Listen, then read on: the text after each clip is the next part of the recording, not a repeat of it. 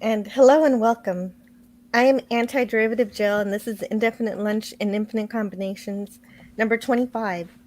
And today I'm joined with Pop Culture Curator and Scotty R37 to review the first pilot of Star Trek, the original series, The Cage. And what better way to begin the week of Gene Roddenberry's birthday than to start the 50 millionth review show about Star Trek? But the best. It'll be the best you've ever heard. So you'll probably hear some unique things here that there's always something new to learn. Yeah. And so, how are you guys today? I'm doing great, fantastic. I'm excited. It was a wonderful show yesterday, so I'm really looking forward to today's. Thank you for having me here, Jill. Good to see you, Scotty, and everybody in Oh, the good. chat. Good to see everybody. That intro was awesome. I really like that.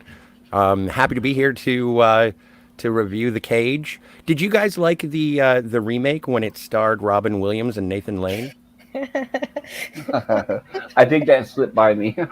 Yeah, me too. I don't know what that is. It's The Bird Cage. It's just a bad joke about '90s comedies. Oh, okay.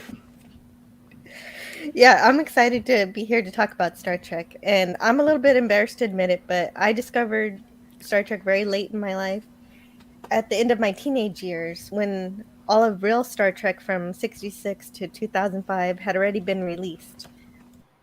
Nothing to be So embarrassed about. I know, but I was procrastinating in college when I found that CBS.com had lots of its old offerings for free on their website. Well, how did you hear about Star Trek? Had you heard about it Well, previously and you yes, hadn't I gotten around had. to it, or? Yeah, no, I just wasn't attracted to it when I saw it randomly on TV, Uh huh. and I was a fool for that.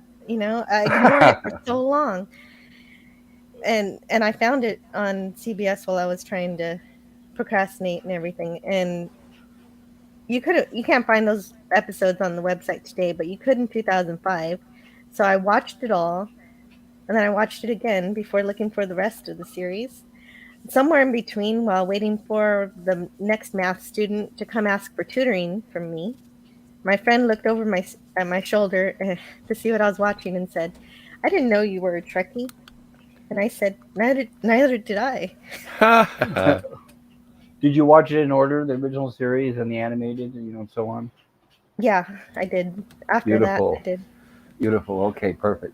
And it took a while to watch Enterprise because I didn't like that theme song, I but I liked it after all.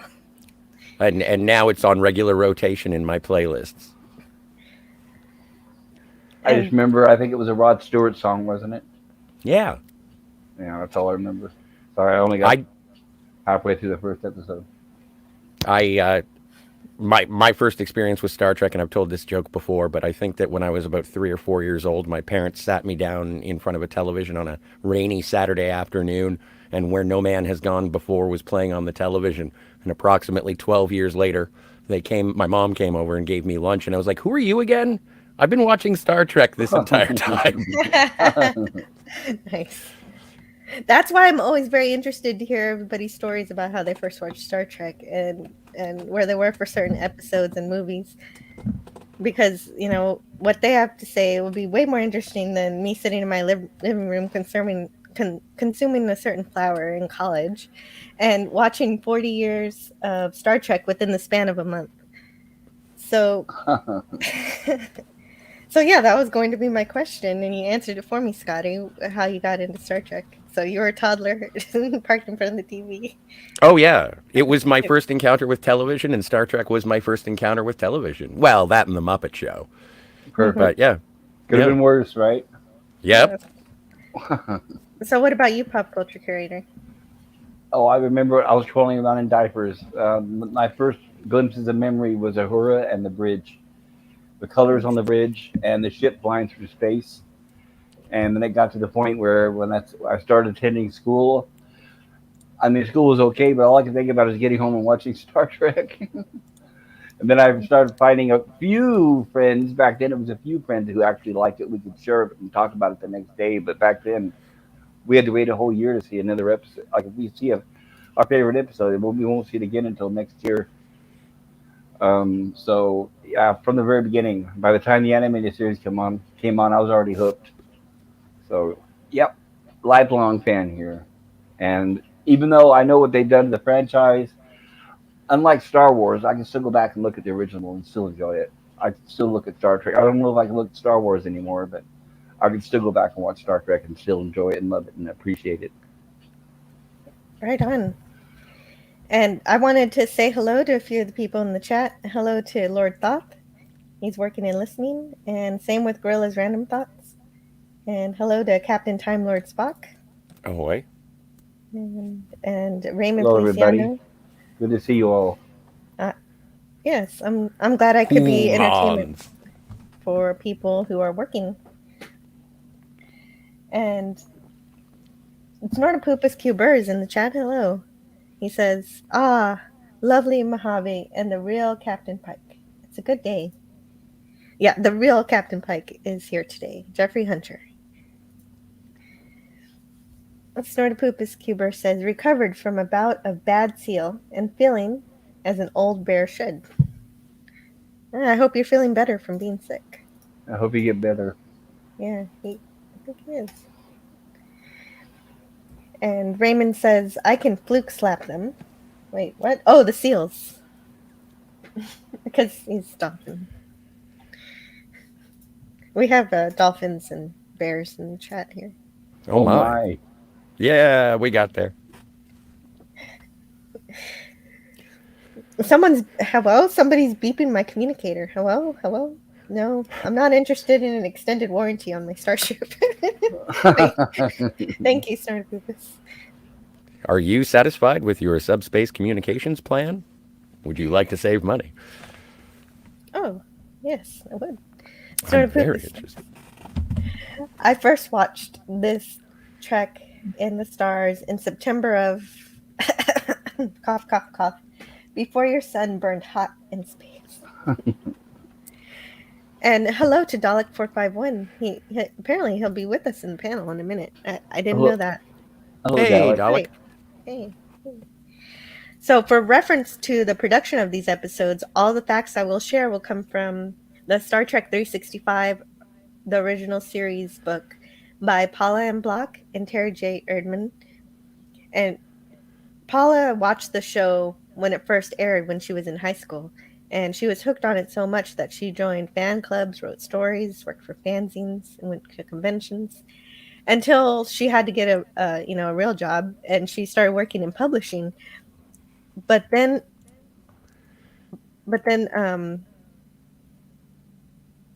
she Star Trek found her again, and she worked for the Star Trek publishing program for a couple of decades. Oh, how lucky. Mm-hmm.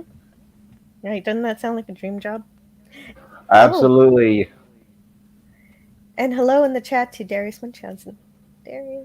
Darius. It's serious. Hello, sir.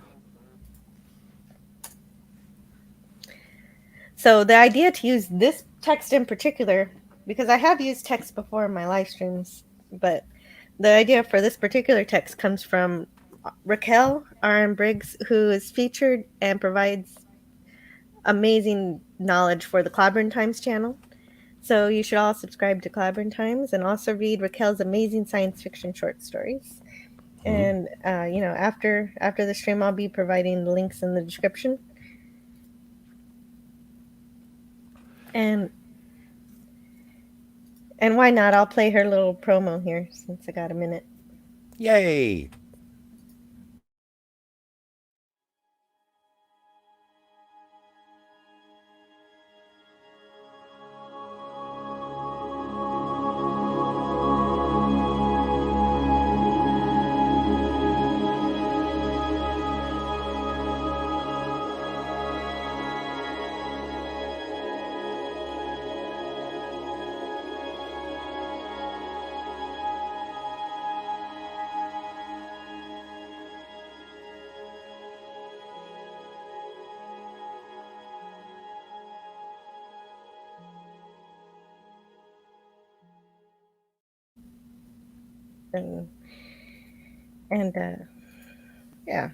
Yeah, check out her stories. They're wonderful, and I'll be making a review of them soon. Excellent. And yeah, on Star Trek Saturday nights, that's where I was introduced to RM and Clobby, and it's a good time. It's a really good time. They're doing Deep Space Nine right now, but I'm super jazzed for the original series because first love. Mm-hmm. Yeah, mine too. They first, uh, yeah, they first started working on that series. Oh, wait a minute. Here, wait, I'm getting ahead of myself. So DC Fontana writes the introduction to this book, and she says that Gene Roddenberry was at the center of the creation of Star Trek, but that many people came together for it. She specifically came to Gene's attention when she applied to be production secretary on the Lieutenant, and he learned that her real goal was to be a full-time writer, which is great for all of us because her stories are also wonderful. So they finished working on that series. That the Lieutenant series only had one season, and in the spring of 1964, there were certain political events that probably killed the show: the assassination of JFK, and then that of his own assassin, and then the start of the Vietnam War. And so that's probably why that happened. That ended. Well, and the first season of The Lieutenant is chock a block full sort of social commentary and social mores that were being confronted at the time. It's a really fascinating show to go back and watch. There are a couple of episodes on YouTube. You can get burnt copies on physical media, but it is a who's who of the people who eventually went on to be on Star Trek. Like you get Leonard Right. Nimoy and Nichelle Nichols and Gary Lockwood, and it's fascinating just because it is sort of pointing a light or shining a light, pardon me, on what it's like to be in the military in a somewhat progressive time at the time.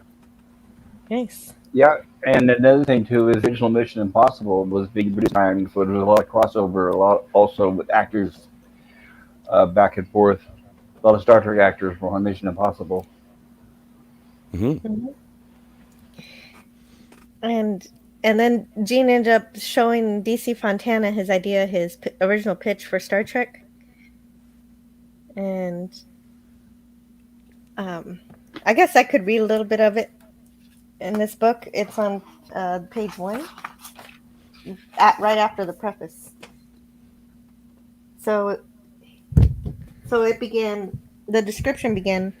Star Trek is a wagon train concept built around characters who travel to worlds similar to our own and meet the action adventure drama, which becomes our stories. Their transportation is the cruiser SS Yorktown. Obviously, that changed. Performing a well defined and long range exploration science security mission, which helps create our format. The time is somewhere in the future. Could be 1995 or maybe even 2995. In other words, close enough to our own time for our continuing characters to be fully identifiable as people like us, but far enough into the future for galaxy travel to be established. Well, and it was. I've heard people talk about it as being developed as sort of an anthology show as well. You didn't know where you were going to. I'm getting ahead of myself in terms of the whole series because I want to talk about the whole thing. We are here for the genesis, I suppose. Pardon the pun. Oh, yeah, no, that's fine. I was enjoying that. It's so but it's just really interesting that it is about uh, exploration and it is about the characters sort of doing a job and Yes. making sure. I've read the original series Bible, and they do talk about when you're creating drama for Star Trek, don't make it so someone cries on the bridge or someone is like, does my butt look big in these pants, or hey, I'm gonna punch you out for being an idiot. It was Right. very much a disciplined crew. Right. And When you had conflict, it needed to be intellectual conflict.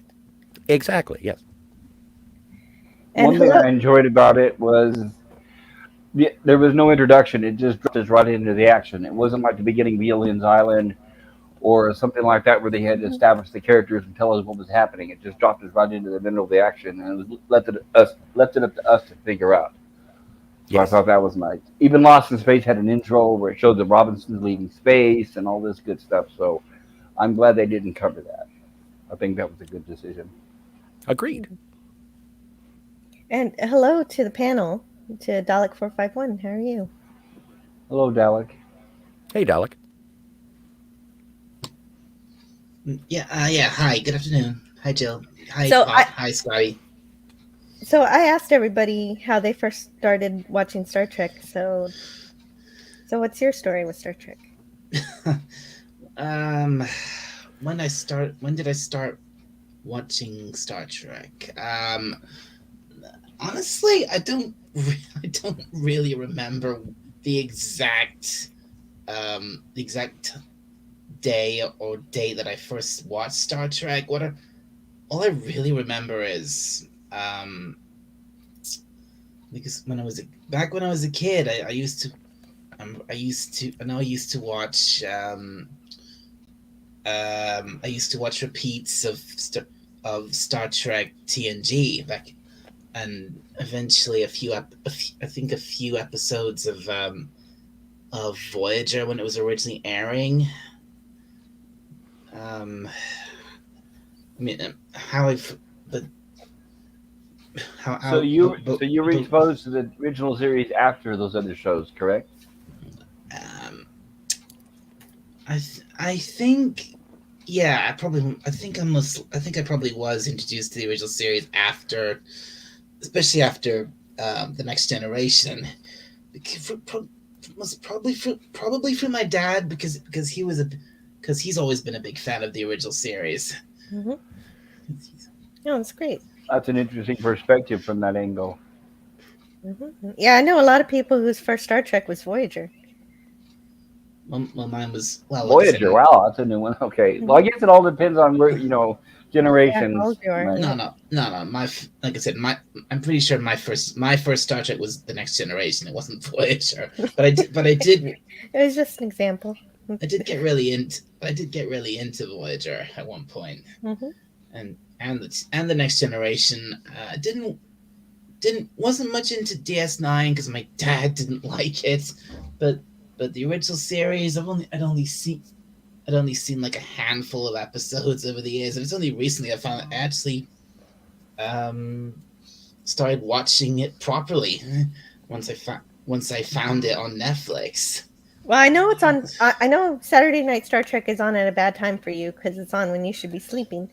But if you ever want to go back and watch the Yeah. replays, it we put on Raquel and Claudia put on a really good show, even in the rewatch. If you wanna re-experience Deep Space Nine. And I would Yeah. definitely I mean, recommend a revisit. I have and and hello, Captain Time Lord Spock. Indeed. And Hello. and also hello in the chat to Cardinal Sin. Ahoy. To I both. have I have actually watched a couple of Klobby's streams on Star Trek. I think I did watch his some of his last one on D Space Nine, but I fell asleep listening to it. Oh, okay. Yeah, that makes sense. Snortopoopas Cuber says regarding the Star Trek Bible, my first question when I played Captain in Star Trek role-playing games was, does this chair make my butt look big? I assure you, Captain, it is not the chair. And Captain Time Lord Spock says, I'm the Spock of... Oh, do you want to read this, Captain? Well, not really. I will. Captain Time Lord Spock in the chat and on the panel says to Snortopoopas Q Burr, I'm the Spock of the Navarone. I'm Superfly Spock. Yeah, great. Thank you. Cheers. And hello in the chat to Pleasant Valley Picker CA, just popping in a bit. Have to head to work in an hour. Good to see you, Pleasant Valley. And Snortopoopas says to Captain Time Lord Spock, so you're the Spock that blew up those big German guns. Never heard of them. And Pleasant Valley Picker CA began watching TOS in September of 1969 when our local channel began showing it once a week. Very cool. Yeah, back in the day where we had to wait every week for a new episode. They showed it out of order. Yeah, I have a friend. Yeah, this friend of mine really hates that. I mean, the whole concept of having to wait a week before you can watch the next episode or something. He just wants the whole show now. Now. Just wants the whole show. How very Veruca Salt. So it's fine to be able to stream, but I just don't think that it has the longevity of a weekly series. Weekly series keeps people talking about it all year. Oh, and Six says, "Woohoo! I've actually seen this episode. I love it. Me too." Hello, Six. And Six. and most of the science fiction television back then were anthologies like The Twilight Zone and Outer Limits, which I love. But DC Fontana saw something powerful in this pitch that Gene Roddenberry put out to have serialized characters that will show up every week.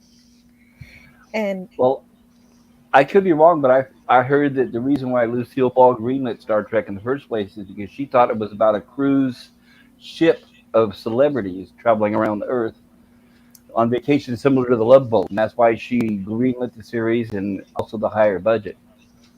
They had explained to her later that no, that's not what it was. that wasn't in the book, so I'll have to look that up, and we'll talk about that on the next Okay. show. So And I'll I'll look show into you. that. I'll show you where I got that. It's from Robert H. Justman. Oh, okay. Well, he is a reputable source, I think. Bob Justman and Herb Solo, the unsung heroes, along with Gene Coon. Right, that book they have that they wrote behind the scenes of Star Trek. There's an audible version that you can listen to on Oh, YouTube, yeah. and they explain that in there. I think I bought that book. Are you talking about the 50-year mission one, the one where they have all of the interviews and all of the things? No, this is just a This is a perspective different from one? Justman. Yeah, it's just a perspective from Justman. Okay. And the other one that Scotty said, I can't remember the name now. Herb Solo. Yeah, it's Right, called Solo. it's called Inside Star Trek, I think. That's it. Yes, and you can. It is on YouTube. There's an audio version. It's over 4 hours long if you listen to it. Mhm. But they go in detail and in depth about the greenlighting process and how Lucy thought it was a cruise ship. I guess. That's funny. That is funny. Yeah, she was considering canceling it, and they went back and said, "Look, this is our best opportunity. Desilu's not doing good right now." So she was smart enough to say, "Okay, let's go for it." So Well, I suppose now's a good time as any just to talk about Lucille Ball's involvement in Desilu in terms of the creation of it, because it is the first advent of reruns with the I Love Lucy show. They didn't want to have a gap in the summertime of I Love Lucy. So Desi Arnaz said, well, why don't you just show the old shows? We filmed them. They weren't just live. And so that generated revenue during the hiatus, which was sort of unheard of at the time. And the revenue generated made it so that Desilu became a studio. Unfortunately, and this seems to be an embarrassment of riches, is that they were generating too much revenue, so they had to buy production space and equipment. And then once they had all of that production space and equipment, they needed to do something with it. And one of the shows that they did greenlight, because they had all of these sort of assets, was Star Trek. And it was because of the dismissal of the show from all of the major networks. And it was Desilu that really got the ball rolling on it, having faith in this pilot. yeah, MGM turned it down, but like you said, Desilu Studios took a chance on it, on producing it, and it was NBC who ordered the pilot episode that Gene began to work on. And for the look of the Enterprise, we had the artist Matt Jeffries, who was he was a real B-17 bomber pilot from World War II. And Gene Roddenberry got all of the science fiction magazines that Samuel Pepys had been collecting since 1930 and gave them to Jeffries for him to figure out how to create the Enterprise. Yep, that's dedication you won't see these days. Mm-hmm. And Kapla to Bird of Prey 5. Kapla. And Fernapupus says, I remember the horrible day when I turned on the TV to watch Star Trek and it wasn't there. I hadn't grasped the concept of cancellation. Yeah, I had to learn when it was even when it was in syndication. When school ended and the summer began, they stopped showing Star Trek at 6 p.m. and they started showing the show The Invaders, and we had to wait all summer before they started showing Star Trek again in September. Pleasant Valley Picker CA says the first episode they showed was Court Martial. Was disappointing as a kid. Thought it was like Perry Mason in space. I actually really liked that episode, but I could see how that would be weird if that's your first episode. Yeah, but I do love that Cogley fella. Yes, books, young man, books. Exactly. Highest Nerdy says 6. Hello to Matt G. And Eugene Bird, he says, I love you, but I can't watch your cast because I gotta work. Just started watching the Orville finally. Damn, it's pretty entertaining. I'll be binging the rest. Yes, I hope you enjoy it. I know I podcast when a lot of people are at work, so I hope you can enjoy it on the rewatch. And to Cardinal Sin, the best sin of them all.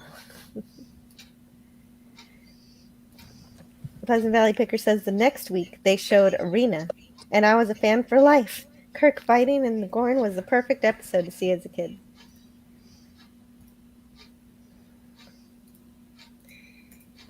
And other early elements of Star Trek that were born was that Spock was originally supposed to be red, but that ended up not looking so good on black and white televisions, so that was scrapped. But the pointed ears remained and were made by Fred Phillips.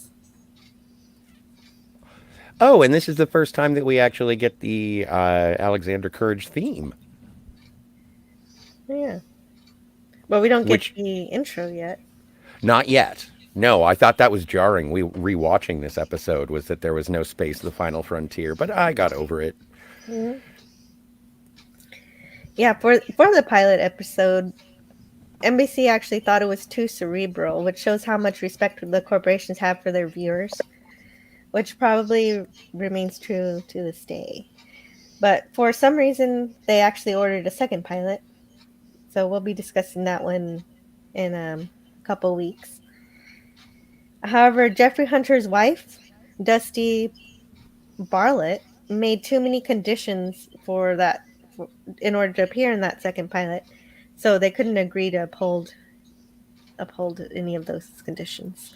From what I heard from that Justman and Solo compilation, was that when they screened the cage, that Jeffrey Hunter did not show up for the screening, but his wife did. And she sat silent for the entire screening, and when it was over, they looked at her because they were basically like, okay, now what? And she said, my husband is not a television actor. Yeah. Well, and that's something that has sort of been lost to time just with the modern working for any possible screen time. Movie stars are sort of a bygone era, except for Tom Cruise, as we all know. But back in the day, if you were a television star, you were a television star. And if you were a movie star, you were a movie star. And never the twain shall meet. Right, and he was planning on his brand new budding movie career. He was in King of Kings, where he played Jesus. So he may have made a successful career had he not been severely injured. We will never know. Yes, unfortunately, a few years later, he was injured while he was shooting in Spain, and he died on May 27th, 1969, a week before the last episode of Star Trek aired. Imagine that, so young, it's terrible. Yeah, way too young. And it's not easy to read about. No, it's terrible. He had a lot of potential.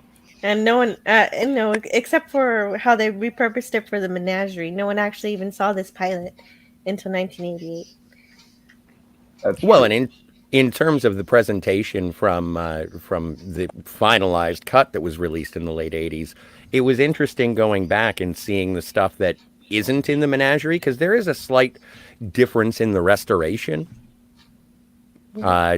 Just the way that it was presented again and having everything back incorporated. So there are parts where the audio drops out or the image looks a little...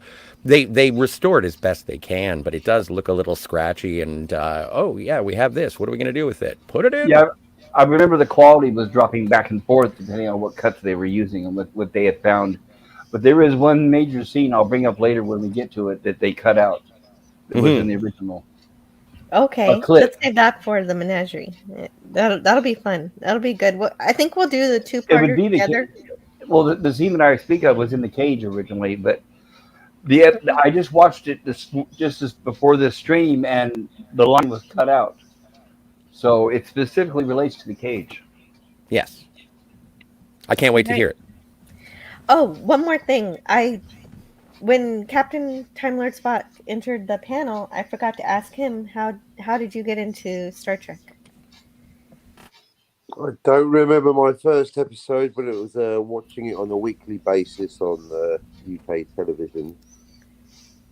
Great. And of course, as a result of refusing the role, Captain James Kirk was created, and William Shatner was cast to play him.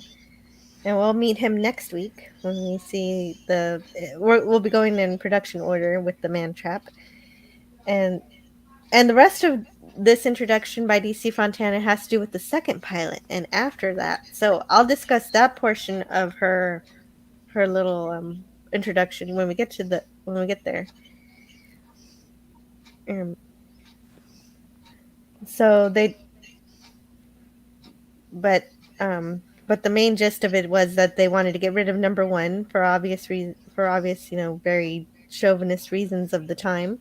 Well, hang on a second there, because while I do agree that there are chauvinist reasons that they wanted to get rid of number one, there was always a little bit of a heated rub about, because Gene Roddenberry was married at the time, and Majel Barrett was his mistress. Yeah. Muse and mistress. Right. Loxana Troy herself. Yeah, the studio knew that. And so there was a little bit of friction just in regards to, seriously, you're going to cast your girlfriend? And that was one of those things. And even when Nurse Chapel comes back later on in the series, it was like, seriously, you're going to cast your girlfriend? So there was absolutely pushback in regards to the cultural significance of having a powerful woman on the bridge at the time. However, there was also personal behind the scenes things that kind of put a monkey in the wrench for that as well, from what I understand. Well, Major Barrett once said years later that Roddenberry decided to keep the Vulcan because they also wanted to get rid of Spock. So he decided to keep the Vulcan and marry the woman because Gene didn't think Leonard Nimoy would have it the other way around. It was not yet Pon farr.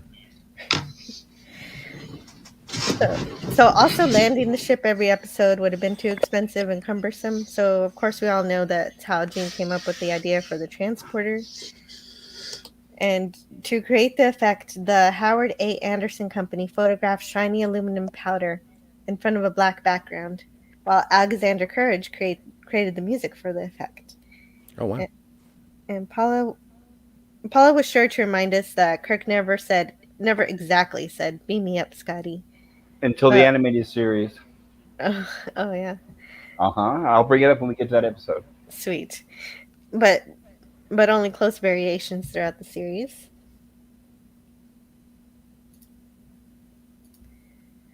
And Samuel T. Cogley, attorney at law.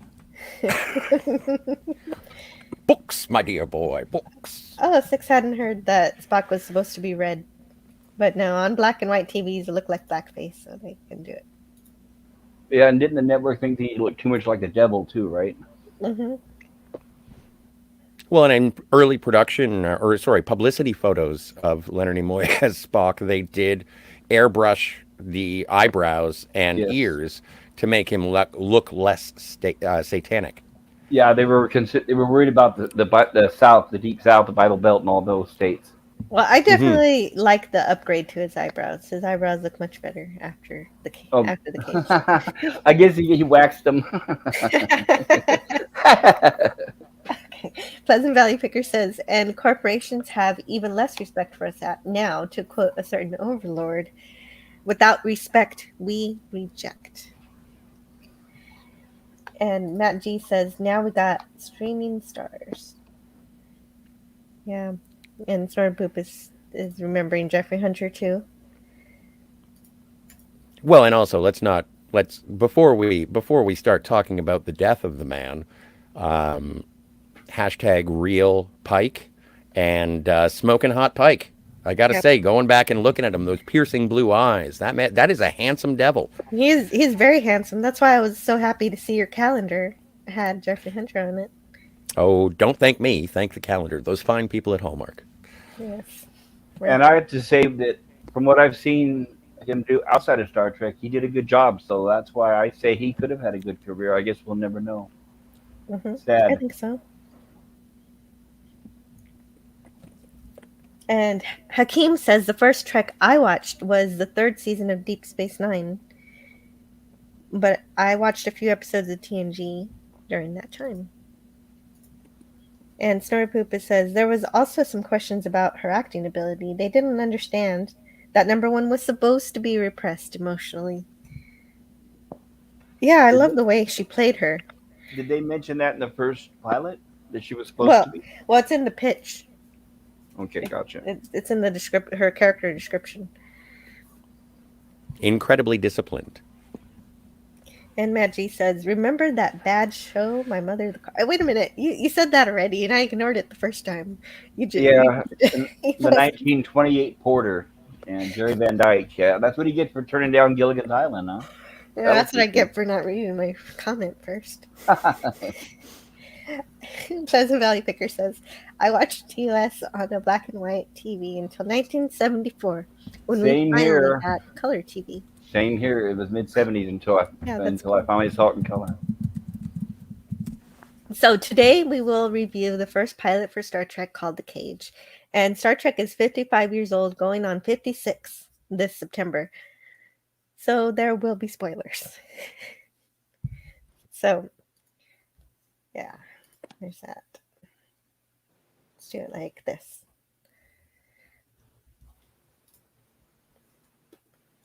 And here's before we had the main Star Trek font.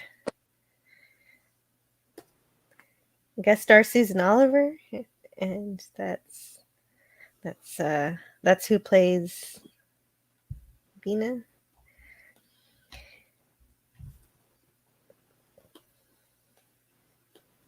And a radio wave signal is approaching the Enterprise at light speed in the Talos system, which hasn't been explored yet. The distress signal indicates the SS Columbia had to make a forced landing on Talos 4 18 years before.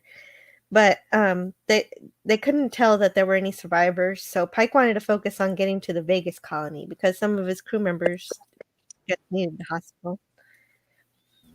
We'll take care of our own sick and injured first. Yes. In his original pitch for Captain of the Enterprise, he described, Captain April. Captain April was the name of the first captain that Gene Roddenberry created, and then he changed. Then he wanted a sharper name, so he picked Pike.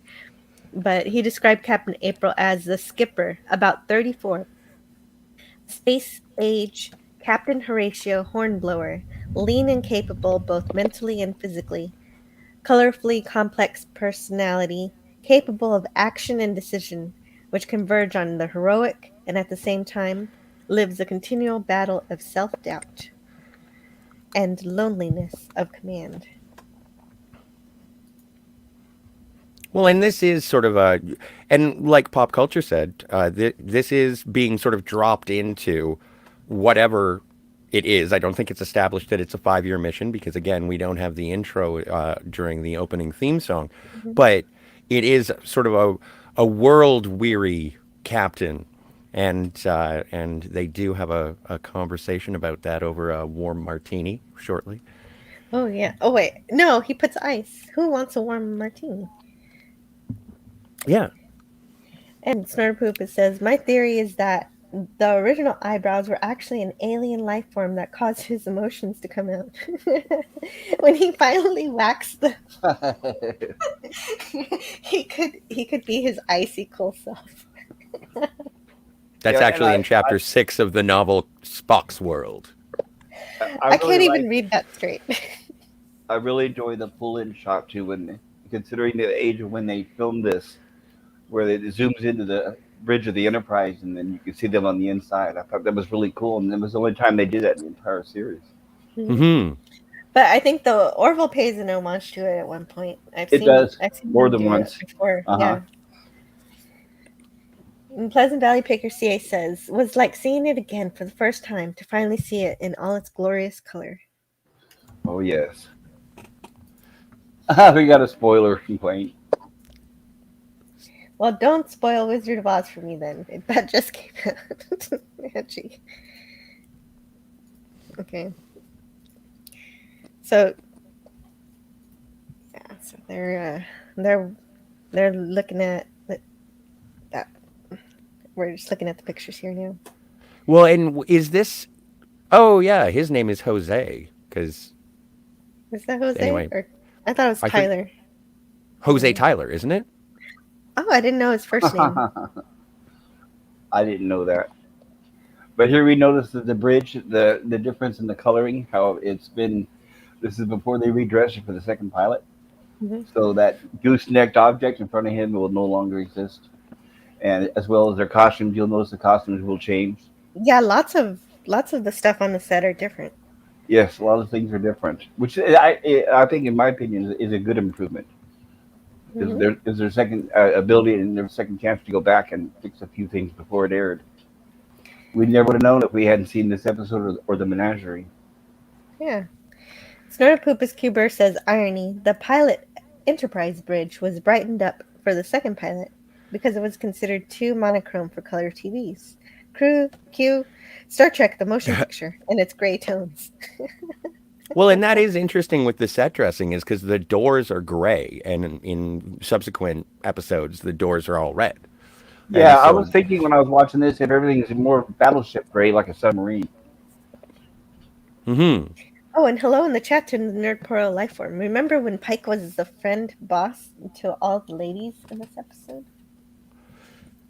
Well, and that, yes, although there is a point when, and I forget the name of the little redhead girl, yeoman, not girl, the yeoman, and it's like, that's your new yeoman, and and Pike says, I'll never get used to having a woman on the bridge, and number one sort of looks at him, and it's like, not you, you're different. I think that may have been Gene Roddenberry's dig at it. That's a yeoman Colt. Colt, my mistake. The Nerd Pearl Lifeform says, just like the way he was portrayed by Anson. Really? Oh, sorry to hear that. Well, Anson Mount is a charming actor, but again, when you sort of compare and contrast with Jeffrey Hunter, there is no substitute. No, there isn't. Well, and you compare the scripts in the I want show, Anson too. Mount to be a different captain. Well, and as you said about other characters, Jill, these characters are not costumes. They are sort of embodied by their original portrayers. Yes, and that is another quote that I'm borrowing from Raquel Briggs. That's a good quote. Share the knowledge and the love. Oh yes, definitely. And this guy's name is Gary. Is it? No, I don't know. I have no idea. I just know he's sitting where her is supposed to be. Yes. And of course, this is where we notice that Spock definitely has more emotions and he speaks much louder than usual. They hadn't really gotten his character down. Yeah. And there's the first communicator. Yep. Space age because it's clear. Mm-hmm. It's the future. Plastics. Well, it actually this is actually predictive of the 90s where all of the electronics came in different colors, but they were clear so you could see the electronics. Yeah, there was actually a phase where even computers had clear cases, right? I think Apple started a lot of that, the colored cases. Mm-hmm. Here's your cheesecake shot of the show. Yes. Hey, baby, what are you up to? Hi. Sign up for my OnlyFans. I'm at Captain Pike 1701. I'll be the first. And one of my favorite characters, the prototype for Dr. McCoy, Dr. Philip Boyce. I don't know the name of the actor, but John Hoyt. I love this guy. Yeah, he does a great job. Fantastic actor. He a lot of sci-fi stuff. He starred in When Worlds Collide, among many others. Yeah, he went all the way on to Mr. Belvedere. I remember he was on Mr. Belvedere. He was on Mr. Belvedere? He was like a grumpy old grandpa. I remember then we would look at the TV and say, "Wow, he's still alive." Well, yeah, that's crazy. Don't forget, people in the 60s looked a lot older then, and so John Hoyt was actually 37 years old when he filmed this. Yeah, I was gonna say that. And then one thing that didn't help either is at the end, which when we get there, is Pike pretty much says that he's a dirty old doctor. So that kind of framed him as old too. I don't know if they, but they well they. Oh they yeah, all, we dirty all old know. man. Right. But as we all know, they did eventually replace him. Right. Well, yeah, he does a wonderful job in this role, but of course, my heart belongs to Forrest Kelly. Agreed. Right. And actually, more than I even imagined, because my only live stream so far about just one Star Trek character is just the one we did together about him. Yes, So, wonderful man, a wonderful character. yes, he was. And Dr. Boyce visits Captain Pike, bearing martinis. Yeah, it's a portable bar, I guess. Mm-hmm. I like the reaction that Pike has too, and he's like, "What did you bring? I didn't say there was anything wrong with me. What the devil are you putting in that ice?" And it's like, well, sometimes. And someone in the chat actually gives the quote, so I'll wait. I'll wait for them. But, Okay. I'll check that out because I want to see on this picture anyway. I love this picture. Oh no, it's a great picture. And here we get you can pretty much see where Pike and the Doctor can fight with each other, like they're friends, where they're sort of building that relationship that Kirk will have later on with McCoy and Spock. But Spock, not so much in this episode. Spock's more distant.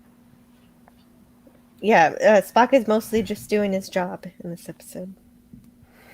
And deflector shields active. Sorry. Sort of poop is Cuber. He likes to enunciate and project anyway. 1964 was a different time. Even having a woman serving aboard the ship, much less the bridge, was a big deal then. Oh, of course. Absolutely. The Nerdpora Lightform says they kind of forgot about Jose Tyler. No, they didn't forget about Jose Cuervo. That's what Dr. Boyce was there for. What is that? Is that a salt shaker and lime? Who wants a tequila shot? It's a salt shaker / scatter. Right? I use it for both. Oh, and the Nerdporial Lifeform reminds us that aspects of number 1 were incorporated into Spock, hence the logical Vulcanian. Definitely true, yes. This is the quote. Would you like to read it? I would love to. A man may tell things to his bartender, that he'll never tell his doctor. It's just like, yeah! Well, now you're starting to sound like a doctor, bartender. We get the same kind of customers, the living and the dying. Maybe give me a break. Maybe that was it. That could have been the show. Thank you for correcting me, Nerdporial. Yeah, Hoyt was the grandpa on Give Me a Break. That was it. Thank you. John Hoyt played that grumpy old grandpa on Give Me a Break. Oh, yeah. I don't know. I don't want to disagree with the chat because I remember Give Me a Break with Nell Carter. And the grumpy old grandpa, I thought was a much more stout man. Maybe they changed the actor. But anyway, again, I don't want to argue. I will take your word for it. His Sword of Poopus says his name was Crewman 6, which was changed to Rock Ingersoll for the second pilot script, but the character was dropped. What if I don't have a first name? You don't know. It's a Galaxy Quest reference. I got it, which is why I laughed. The Nerdporial Lifeform says Boyce was the man in the Captain Talks. Boyce was the man the Captain talks to, kind of like McCoy with Kirk. Who wants it? And they do revisit it later, like in terms of the level of the friendship that you don't really see in the Menagerie when they repurpose this, but there is sort of a camaraderie and mutual respect between, obviously, Dr. Boyce and Captain Pike. And hello in the chat to Tokyo Trekker. Hey, Tokyo. It's great. I think that interaction between him and the Doctor is what helps us, the audience, kind of learn the characters and more about him. without them Absolutely. having to stop the dialogue off, right? In the exposition, we see it as the two are sharing their experiences together. So I thought that was really well done. Mm-hmm. Well, and also it is sort of, again, he's a world weary captain, and it's the conversation of just like, I think I'm going to resign my commission. I don't want to do this. I'm tired of having to decide who lives and who dies. Yes, all the responsibilities weighing too heavily on him. Well, and this is where treating their own sick and injured is because they just got back from the Vega colony where two crew members died. And yeah, Chris is not a fan of having to send people. Three died. Right, this is back in the day where losing crew members actually mattered to the crew, to the captain of the ship. Not like these days, right? Yes. Well, and that's something that has always been a problem with the new Trek, although I don't want to go too deeply into it. But with classic Trek, the 735s, every character death, every crew member's death meant something. And it was a tragedy, the loss of any life, and it wasn't used as a punchline. Right, during the Dominion War, Sisko would obsess over the lists of the fallen in several episodes. So, Boyce tries to steer Captain Pike away from resigning by talking about how you either face your challenges in life or end up running away from them, and in that running away, you begin to deteriorate or die.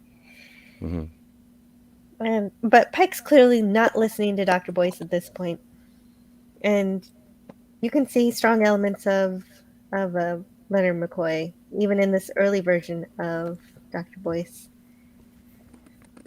He said, for the original pitch, it says, Philip Boyce, an unlikely space traveler. At the age of 51, he's worldly, humorous, and cynical. Captain's only real confidant. Bones Boyce measures each new landing in terms of relative annoyance rather than excitement. Oh, ride out with a picnic lunch every day. That sounds lovely. I said that's one thing I could do. There's a million things in this galaxy. Sorry, I'm just going to quote the lines because I love them. Yes, please do. Please do. No, that's wonderful. I love it. That is allowed. That's Snotopus. Yeah, that comment is interesting. If I may, Snotopus Bird says actually that set of the captain's quarters looked circular. Trying to fit that into deck plans would be interesting. Would it match if it was next to the bridge?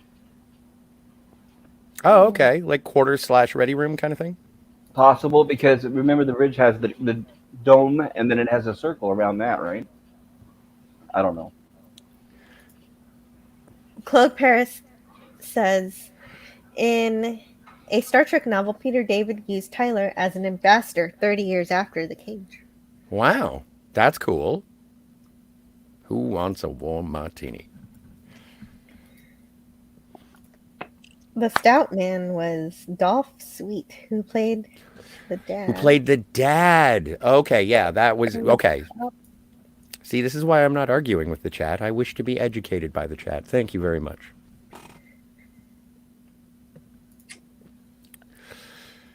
Yeah. So Tokyo Trucker says, good evening, morning, greetings, and salutations in your respective time zones, everyone. And Nerd Pearl says, this is mirrored with Kirk in The Balance of Terror. Why me? Yeah.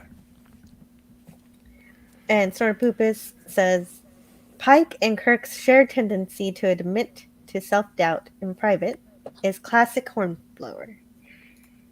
Which will be fully explored in, what's the one that Kirk gets split into two? Good Kirk, evil Kirk. We'll get there. We'll get there. We'll get there. Yeah. The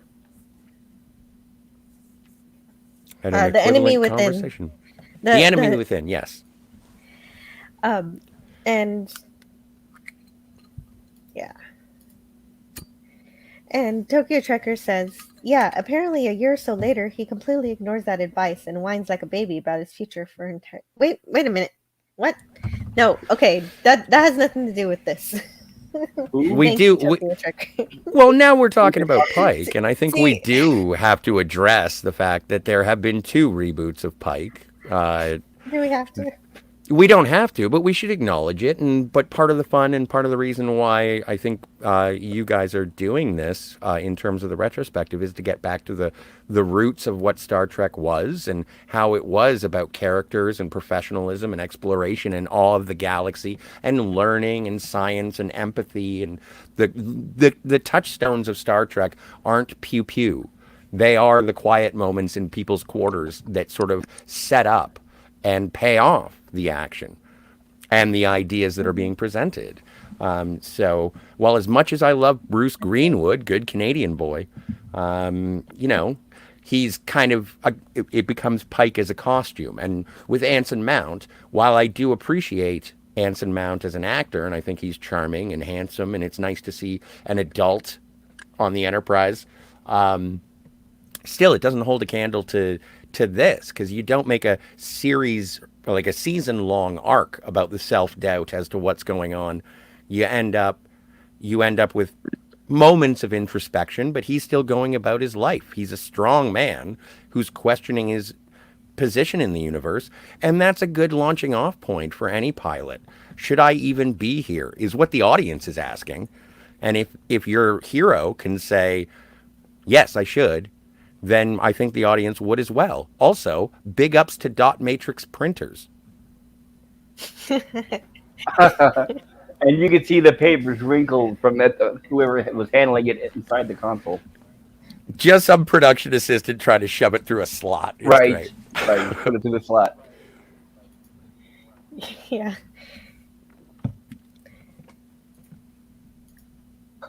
A shoe rack. Okay, I'm gonna skip that, Snorty. Claude says, I'm honestly sorry, I know that crap. My sister liked the show. I had no choice. Well, give me a break. Also, unless I'm Oh, I wrong, only had people I know think- the answer here. I think this Of course is the they only, do. Is this the only episode we see that has paper actually coming out of a printer, right? Yeah, I think because so. then after that we get just tapes. Right. Well, and the pad, like the original series pad shows up later, and they don't have, because even in this, it's like Pike is looking at paperwork and reports, but it's all leaf paper. And then later on, they make it a little bit more futuristic with the 23rd century pad. Well, they even show them with a good old-fashioned aluminum clipboard. Yeah. Yeah. And the Nerdpura life form agrees with thee here. It's the quiet moments that are most important. This scene here is very Trek-like. The Horatio Hornblower stuff. The captain questioning himself. Why am I here? And Yep. In fact, there's a very good movie of Horatio Hornblower. I recommend it. I watched it a couple weeks ago. Claude Paris says, I went nuts when the VHS tape of The Cage came out with an intro from Roddenberry. I paid too much for it. Later, it was included in the first season DVD. Mm-hmm. We all paid too much for Star Trek at some point. Turnapoopus says, I'm a bad... No. You're a good bear. You're a good bear. I'm just getting... Oh, you're more than welcome, Tokyo Trekker, who thanks me for that. That is what I was, or what they were trying to say. Great. Who wants I'm a trip glad to somebody Rigel understood. 7?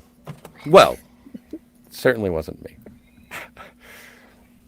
And we do discuss the filth, says Claude. And if We do it with a bucket on standby. Yes. And we need the Claboni, too, which I don't have. I still need to get that. Which one? The Claboni. I need to cut it from Mark D's channel and ask permission to use it. I think I have permission, but I'll ask again. It helps clean up the filth. So I would like to point out the actor in between Pike and Gary. She looks like she's enthralled. She looks like she's like, oh my God, I wish I called in sick today. Well, what's cool is Yeah. this is a very rare shot here where we're seeing somebody sitting against that fourth wall, which we don't usually see. So you won't see this very often in the series at all, where somebody's sitting there like that. Well, Spock calls in to say there are confirmed survivors on Talos 4. 11 of them. So they decide to head to the planet. And then there's this weird thing because they go at warp factor. A Or whatever. montage. It's Yeah, not yeah, even a montage though. It's just them playing the theme song with like a sort of washed out this, yeah. And it's like washed out and they show the galaxy and it's just like we're going fast, I promise. And they're all on their way to somewhere. And but I don't know. I don't know how that would have fit because there's never anything like it again, but I'm sure that it was made or shot to try and present the idea of, yeah, no, this is a journey and this is going to take a little bit of time, but we Right. are going faster than light. Right, they're showing the So, passage of time, right? yeah. They're yeah, illustrating warp travel for the first Mhm. time. There she is. Yeah, there she is. She's the new yeoman cult. Look at that collar. I know, right? And this is where he makes that quote that you were mentioning earlier. I'm just not comfortable having a woman on the bridge. Not you, number one. Hey, number one. Yeah, not you, number one. You're not a woman, I guess, huh? But you got to remember, Gene Right. Roddenberry wrote this because this is exactly what Gene Roddenberry thought there should be a woman on the bridge. So this is his way of telling the 60s sensitive audience, hey, you know, this is, you know, you'll have a little bit of tug and pull, but there's going to be a woman on the bridge. Yeah. Oh, and about Yeoman Colt's pitch, it says that she's blonde with a shape that even a uniform cannot hide. And she serves as secretary, reporter, bookkeeper, and she is not dumb. She is very female, disturbing. Not dumb. I don't think she's dumb. She's not. No, it's funny they had to stipulate that. I like that. Yeah, they reach Talos 4 and establish orbit, noting its oxygen, nitrogen atmosphere, meaning it's similar enough to Earth to breathe. So Pike sets up a landing party of 6. Right. Notice the view screen is 4:3. It's square like television was back then. And then after this, when the series began, it was widescreen. Everybody has to upgrade. Mm-hmm. Another a good episode. They did it for Alex Kurtzman.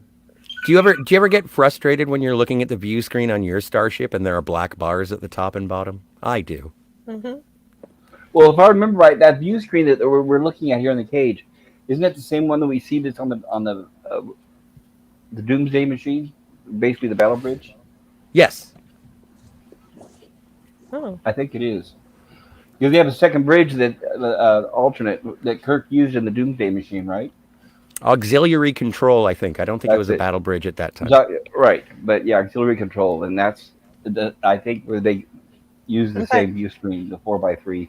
I'm glad they could reuse that. Yeah, they easily, yes.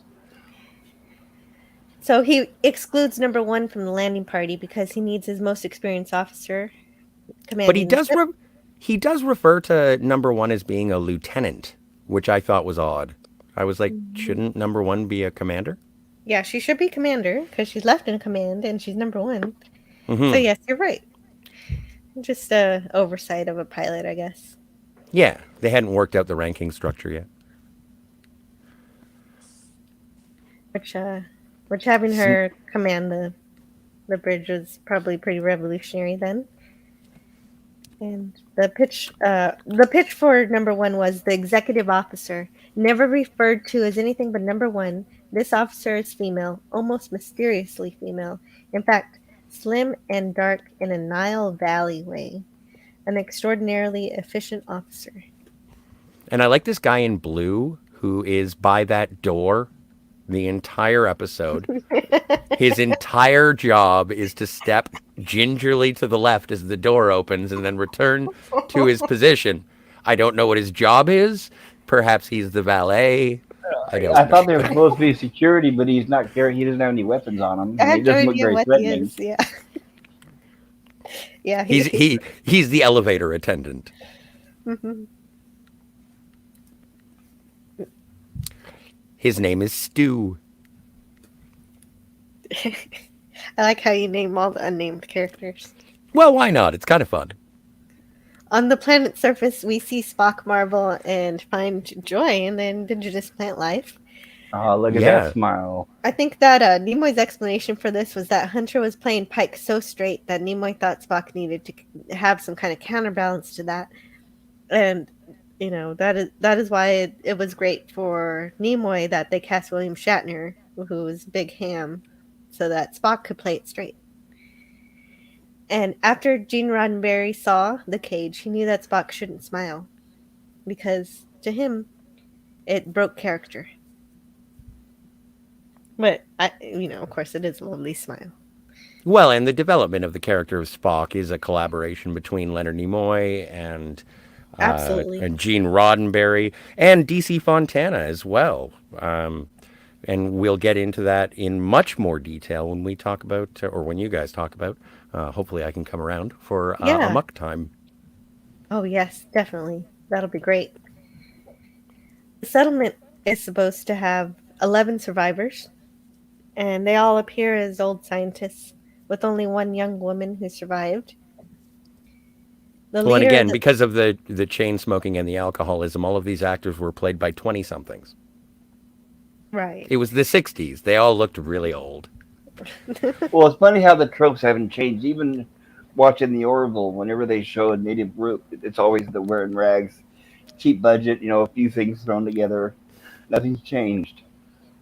It kind of looks like a Raiders encampment from Fallout. Oh yeah, Fallout.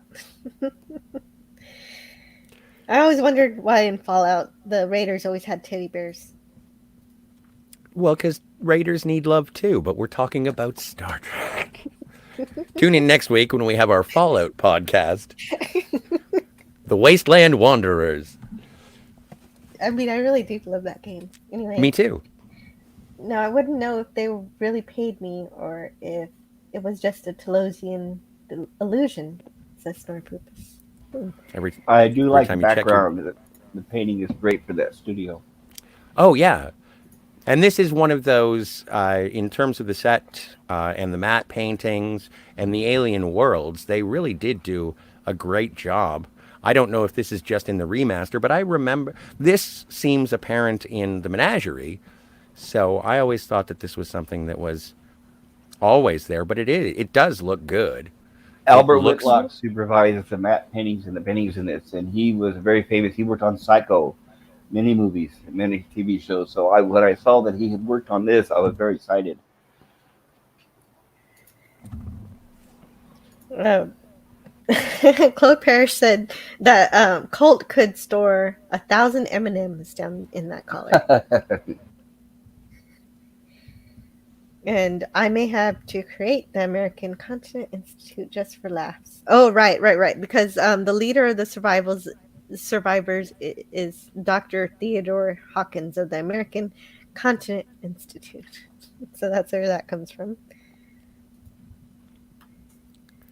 And Sortapoopa says, and possesses unusually strong female drives, like making sandwiches for the captain, bringing his coffee, and making plans to have his children. Hey, it was 1964. Things were different. Hey, I was thinking, is it offside if I bang our boss? Oh, well. At least they didn't show people smoking cigarettes. That's one thing we're happy, because that was really big back then, so I'm glad they didn't show that on Star Trek. Yeah, that is true. Gene very specifically did not want any smoking at all on Star Trek. Which is so strange. That is one of the... And again, going back to Desilu, that was one of those things where Philip Morris, or one of the cigarette companies, was heavily involved in sponsoring the shows so that they would, like, Lucy would show up and be like, Pall Mall cigarettes. The smooth, they great paid her taste. $8 million just for the episode where she had the baby. $8 million alone for that one episode. So yeah, and Philip Morris was very heavy in the Desilu. What the? Oh no, that was just my train. I'm going to miss it. Sorry, that was my phone. Let me just make a quick text real quick. Okay. So we're here with the... What's the name? Do you guys remember the name of the ship that crashes here? It wasn't the Valiant, was it? No, it wasn't the Valiant. It was the Oh, they did Columbia. mention it. The Columbia, yeah, I Columbia, thought you said yes. the Columbia.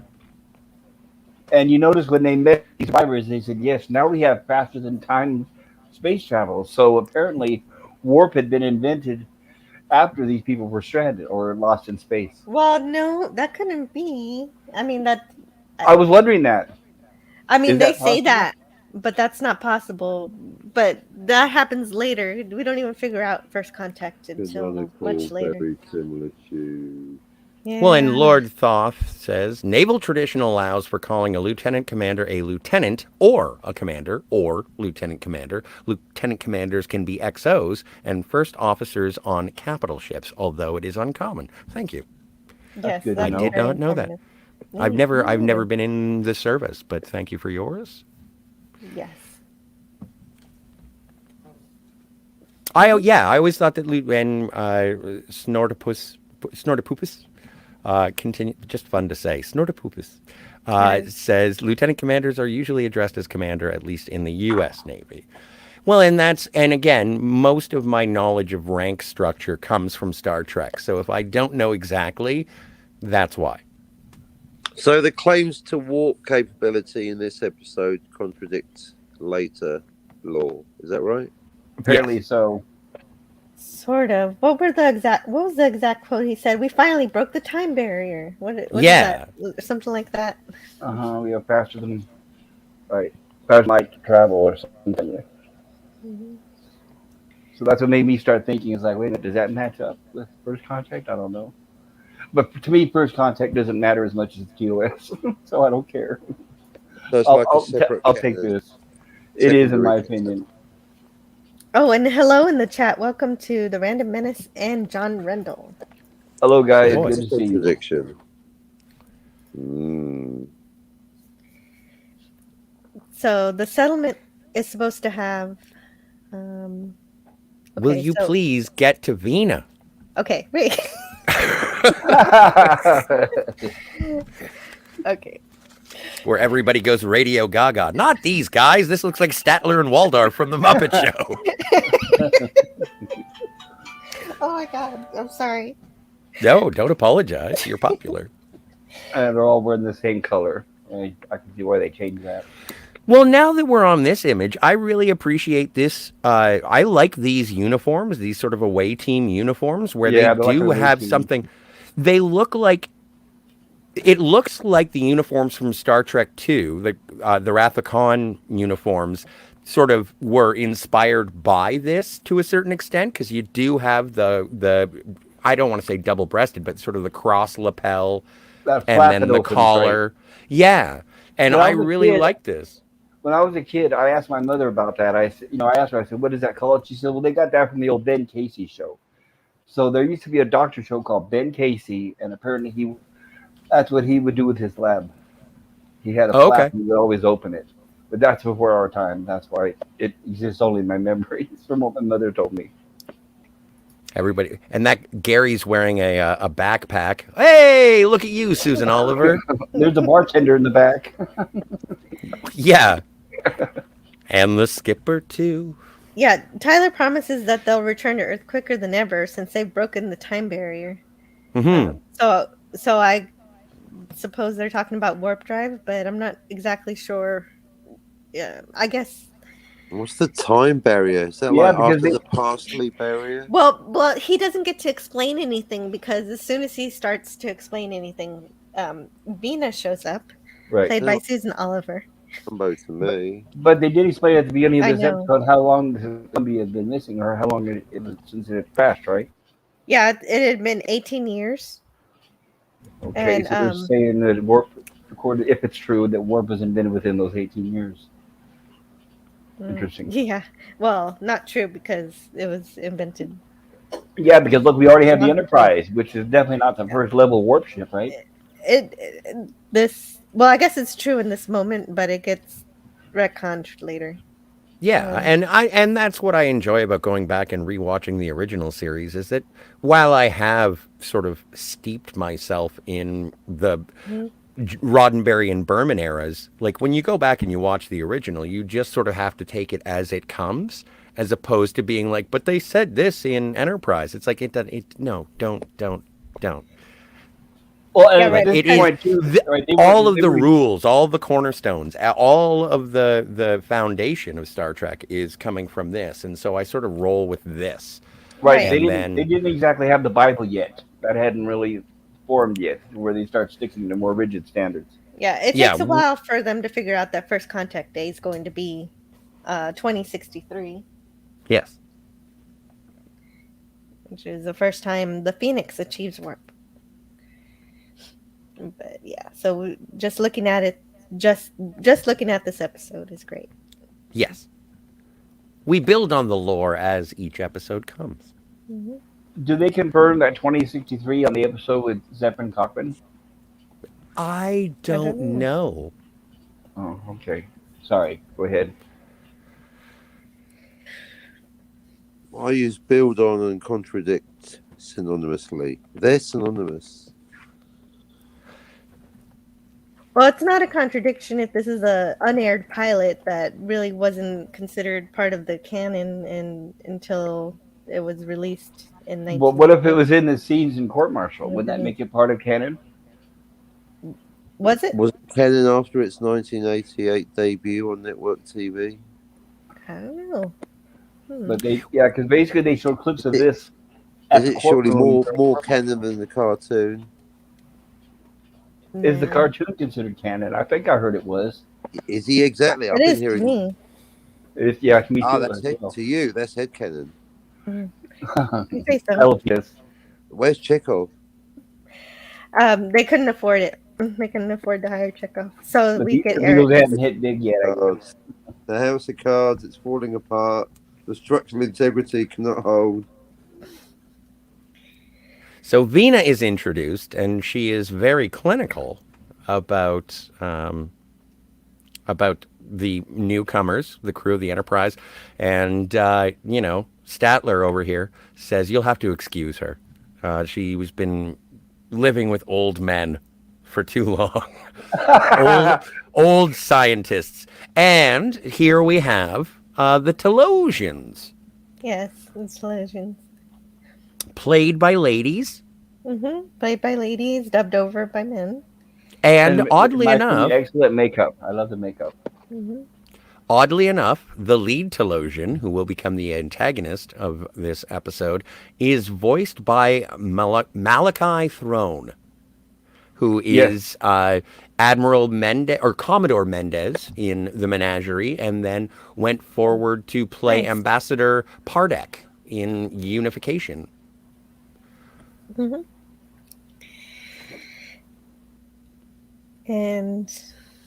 And here, let's see, where the hell is my mouse? Now notice ever since she steps out from inside the tent, she's standing with the captain. Her eyes are constantly locked with him. So she's seeking him out. In hindsight now, we can look back at the episode and see why. Well, she is avoiding punishment, yes. Yeah, she says to him, you appear to be healthy and intelligent, Captain. A prime specimen. Right. Yeah. It should be a red flag, but who knows? Oh, and by the way, if you ever meet me in public, if you are a lady and you say that to me, I will marry you. Captain Pike approves the request to explore because number what? One Phrasing? I would be happy to explore you, ma'am. Isn't that a Coleman thermos right there, the green object? Coffee It thermos? is. Oh, boy, that lasts all the way up to the future. Okay. Very popular company. And the doctor's confused at how everyone's in such great shape after living this way for 18 years. Yeah, I would ask her who does her hair and makeup. Well, but then they do sort of obfuscate the situation and says, no, all will become clear. I think it's about time we showed the captain our secret. So she takes him up to the rock face here and says that he'll feel better soon. And he does. Yeah, he'll feel better because he's knocked out. He gets sprayed in the face. Those, it's interesting because there's those Telosians are so frail. You think they'd have some sort of either mechanical or biological bodyguards of some sort. But Because also, you have to. Sorry. go ahead. I was just going to say, they could have appeared as anything in Pike's mind. That's true. They could have done that, but they didn't. Yeah, They yeah, showed they the could have. No. true symptoms. They could appear to something larger and more intimidating, perhaps. But at this point, we still don't know the full the full extent of the Telosians' psychic powers. Right. Right. And the crew try to break through the rock face, but no matter how much they try, it seems like nothing is happening. And I love the old phasers, like the old. Well, and they called them lasers at this point, but with the different settings and the twisting of the muzzle or the barrel, like those phase pistols or laser guns or whatever you want to call them. Like the first generation of the phasers, I've always wanted one of them because they looked like they had heft. They seemed to have different settings. I really like. I hate to be a gun jock about sci-fi ray guns, but those are bitchin'. Oh, they are. I have one that's battery operated. It's cool. They're. I think Wow. that the reason why they changed, and I think those were also designed by Hua Cheng. But if you look at it, it's like okay, but it's got more of a Forbidden Planet '50s sci-fi look to it. I think that's why they upgraded to the phasers we all know. Agreed. Well, and also I like the trigger on them because it's not like a button like on the next phasers, but it's more of a squeeze handle, Yes. and I liked that. I really And like that. There's like, and this is my first, like, again, I grew up watching Star Trek, and so this is my first sort of real exposure as opposed to guns that shot lasers, as opposed to technology that is new. And it's like, that doesn't work like a regular gun, but it works like a regular gun, but it looks different enough that I'm intrigued by the technology. It's one of the things that sparked my imagination. one thing that excited me about this scene was every second that you're seeing a phaser blast on screen is money because they had to have the company Rankin Bass that did the cartoons do the animation of the phaser effects. And I was Hmm. excited that they had so much in this episode that they put a lot of money behind that. In some episodes, they had to actually limit how many times they could fire a phaser because of the budget. Mm-hmm. Going back to warp drive, Sorapupus Cuber says they hadn't tied down the concept of space travel. It was well into the first season when they started tying down their technobabble. Right. Even the name of the Enterprise kept changing. With spaceship, starship, they kept calling it different things at first. Mm-hmm. Starfleet Federation, not even introduced until much later. Right, and he continues. They made mention of Romulans having only impulse drive, and yet they were an interstellar power, and Enterprise is able to reach Delta Vega from the Galactic Rim on impulse. What's a Galactic Rim? You can look it up on the dark web. Tony Stark says, and hello to Tony Stark. This set is parodied by the Futurama episode where the cosmic entity wants the cast of TOS to play his crappy fanfic episode. That was a fantastic episode. It was so great they got the that. whole cast in there. I love it too. That was wonderful. Yes. And Claude Paris says that Peter David Star Trek novel is called The Rift. It begins in Pike's era and ends during the movie era. It's about a dimensional rift that opens once every 30 years. Good story. Well, and check out any Peter David Star Trek novel. They're all, in my opinion, from what I've read, and especially New Frontier with Captain Calhoun and First Officer Shelby. And Claude Paris says, if you can't afford Walter Koenig, you just let him write an episode. Yes, The Infinite Vulcan. Yes, animated series. 200 Quatlus on the newcomer. 300. Hello, Vina. Oh, you're talking about the Telosians. No, totes. I'm just imagining being married to one of those actresses back in the day, and they come home and they still have the head on with the little pulsating veins, and their husbands be like, no, leave it on. I have a question for you guys. Is this true?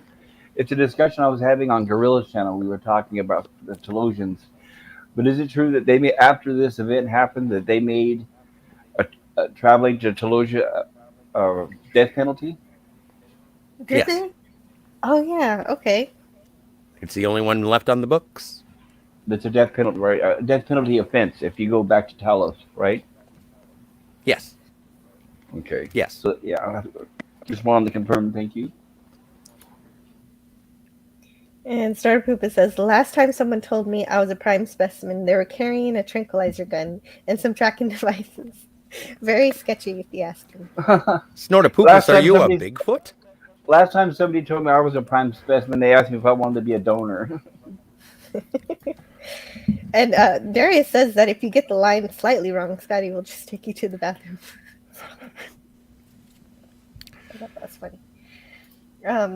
Tony Stark says optics focused twist to adjust frequency. Taking optical science and applying it. Yeah, in terms of the use of the phase pistol, phaser. sure. Yeah. Yeah. See you later, Pleasant Valley Picker. See you, Take PvP. care. And Snorpoopa says, I think you're some kind of... Deviated prevert. I think Admiral Ripper. Found out about your perversion and that you were organizing some kind of mutiny of preverts. I don't know what that. I don't know what that is a reference to, but I like it. It sounds authoritative. Yeah. Don't eat the burritos on Talos 4. That's the real death penalty. It's actually just a protein-based nutrient solution. You can imagine it as anything you want, really. Yes, exactly. So it's really just some kind of blue stuff. It's just So goo in a they glass. could be feeding you anything, then you don't know what they're actually feeding you. I'd like a Caesar salad. Here's your glass. Yeah, you don't want to see what it really looks like, but here it is as a Caesar salad. Yes. So they fail, and so Spock reports that they've lost the captain. And the whole survivor encampment was a fake and some type of trap. And it fooled everybody. Now Captain I think, Pike, and I don't mean to interrupt, but I do. No, that's okay. This is the part where I just I'm taken aback by the differences between the cage and the menagerie. In terms of, because that last scene, it's like, we've lost the captain. There is no survivor encampment, number one. And then you go back to the trial that happens in the menagerie. But in this one, it's just so interesting to rewatch the cage and see it without those sort of inserts to make it into a grander episode. Watching this mission on its own, really fascinating. Yeah. It is. Yeah, there's a lot we didn't see in that courtroom. Mm-hmm. And Captain Pike is in a cage with transparent walls, which he cannot break through using just his strength. He sees some other creatures trapped, including... Oh, wait. Now I got a new slideshow. And that's a good example of forced perspective. That hallway, each of those entryways were progressively made smaller and smaller to get the distance look. Although when they do show a Telosian at the end of the hallway, I did notice that their head was way bigger than anyone else's because they were trying to maintain it. Hey, it's not a child, Mugatu. yeah. Without the horn. Yeah, they used children in the background, just like they did by the warp engine. Harvey Birdman, attorney at law. Yeah, this is like straight out of an episode of Lost in Space. Yeah.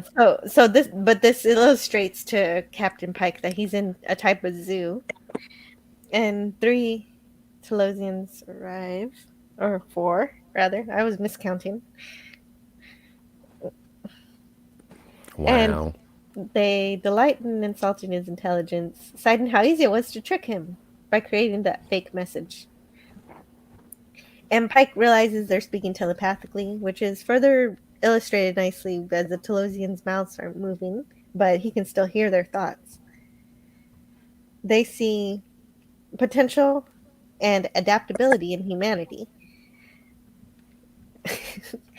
So it turns out that Gene Roddenberry actually wanted the Telosians to look more like crabs, but the production crew argued that would be too much like a 1950s horror movie. Yeah, that probably wouldn't look so. Yeah, good idea. Yeah, right. A humanoid race also gives them the chance to be more empathetic. And I do like that they use Is bladders. it just me, or does the one on? Well, yeah, in terms of the making the veins or the Throb. synapses on the head throb. But is it just me, or does the one on the left kind of look like Frankie Muniz from Malcolm in the Middle?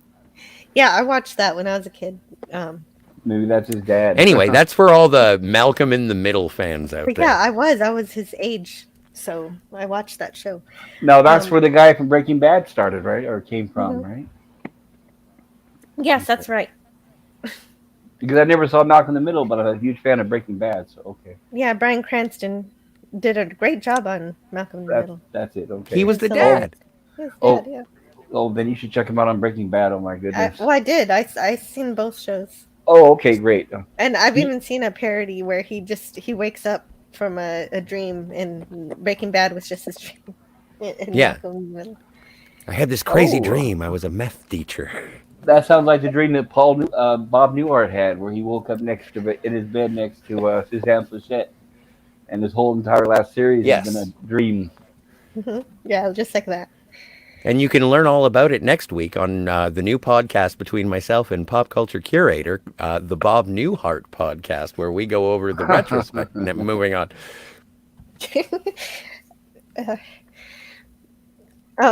And I copied this straight from the book, the 365 book, because I thought it was cool.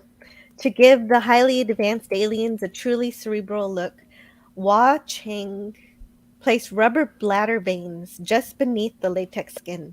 By connecting the bladders via tiny hidden tubes to squeeze the bulbs held just off camera, crew members would pump the bulbs on cue, creating a convincing portrait of pulsing neural activity, as the Telosians telepathically communicated with one another. Such an incredible makeup effect. Yeah, it was pretty great. Anyway, boing. Belong. Nice. Back on the Enterprise, the crew considers the captain's predicament, and then Spock realizes that the aliens must live underground because the surface is too barren. They know the survivors were just an illusion created by a race who can read minds and make others see what they want them to see, based on the victim's thoughts, memories, and experiences. Spock considers that they might just be experimenting, but it's possible they want more. In the pitch for his character, the character for Spock, he's described as the first lieutenant, the captain's right-hand man, the working level commander of all ship's functions. His name is Mr. Spock.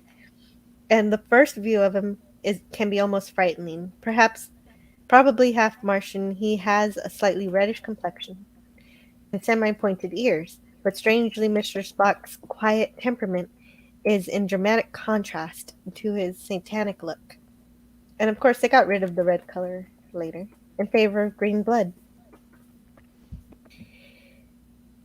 And number one, as a result of this meeting, number one decides to try to blast through the rock face to save the captain. Well, and there is debate as to whether or not to pipe in ship's power, and this is where Dr. Boyce becomes very much like a Dr. Mccoy voice, being they can make us press the wrong button, destroy, like we don't even know. Mm-hmm. And there is my third grade art project, and I'm so happy that they went forward in time, brought it back to the 60s, and said, good job, Scott, here's a red star. Light show projector.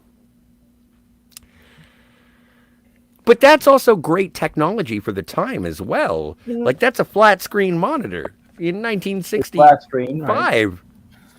Yeah, they use rear screen projection, but yeah, it looks good. Yeah. The influence of the technology of Star Trek is also fascinating, but we don't have to get into that. Agreed. Here. Oh, yeah. One day I want to have a whole show just about the science of Star Trek and all of the technology and how it relates to real life. You know, we're starting with the printer. Okay.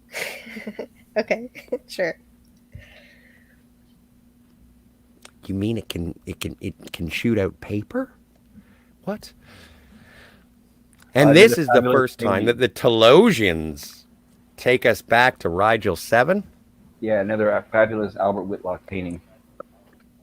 Yeah, it's gorgeous. Iconic. Yeah, thousands of Telosians have already invaded Captain Pike's mind and believe his capacity for memory to be excellent. They found memories about his troubles on Rigel 7, so they recreate that memory for him to experience, except this time he'll be fighting for Vina.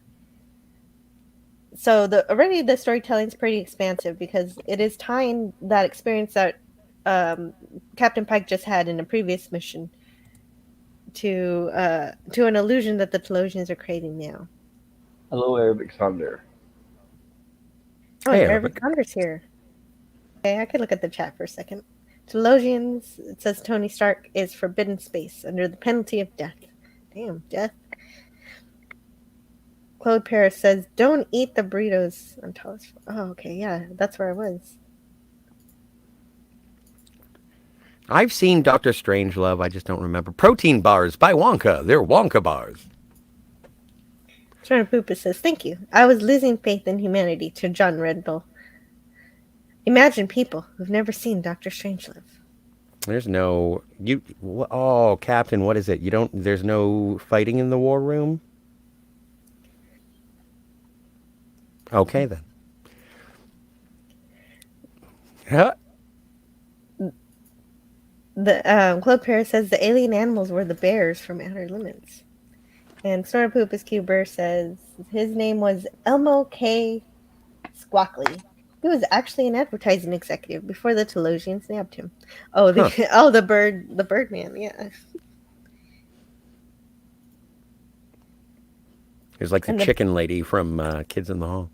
Mm-hmm. Mm-hmm. Mm-hmm. Yeah. Yeah. Everybody seemed to know that, but me. What a knowledgeable chat. What a great audience. Yeah, Snorty and John Rendell, they knew about the brain effect. And look for Bryan Cranston in Seinfeld. He has this hilarious blooper, says Claude. Tim Watley. I never saw him in Seinfeld. He was the dentist. Oh. Anyway, you can learn all about it in next week's podcast, Seinfeld Chronicles. I need all the podcasts. Oh, no, we're making like 1,000 of them. This is going to be a network at some point. So Snorty says, besides Pike, would have tossed the crabs into a pot of boiling water and made a delicious dinner for the crew. Cooking with the captain. If some moron tries to pump air into my bladder, they're headed for a serious climb, says Snorty. Don't knock it till you tried it. And hello to Arabic Sonder. There you go. I got to Arabic Sonder too. And Tony Stark says, Telosians predicted our human potential. They saw their images cast on the big brain rage comic meme for all time. I don't know what that means.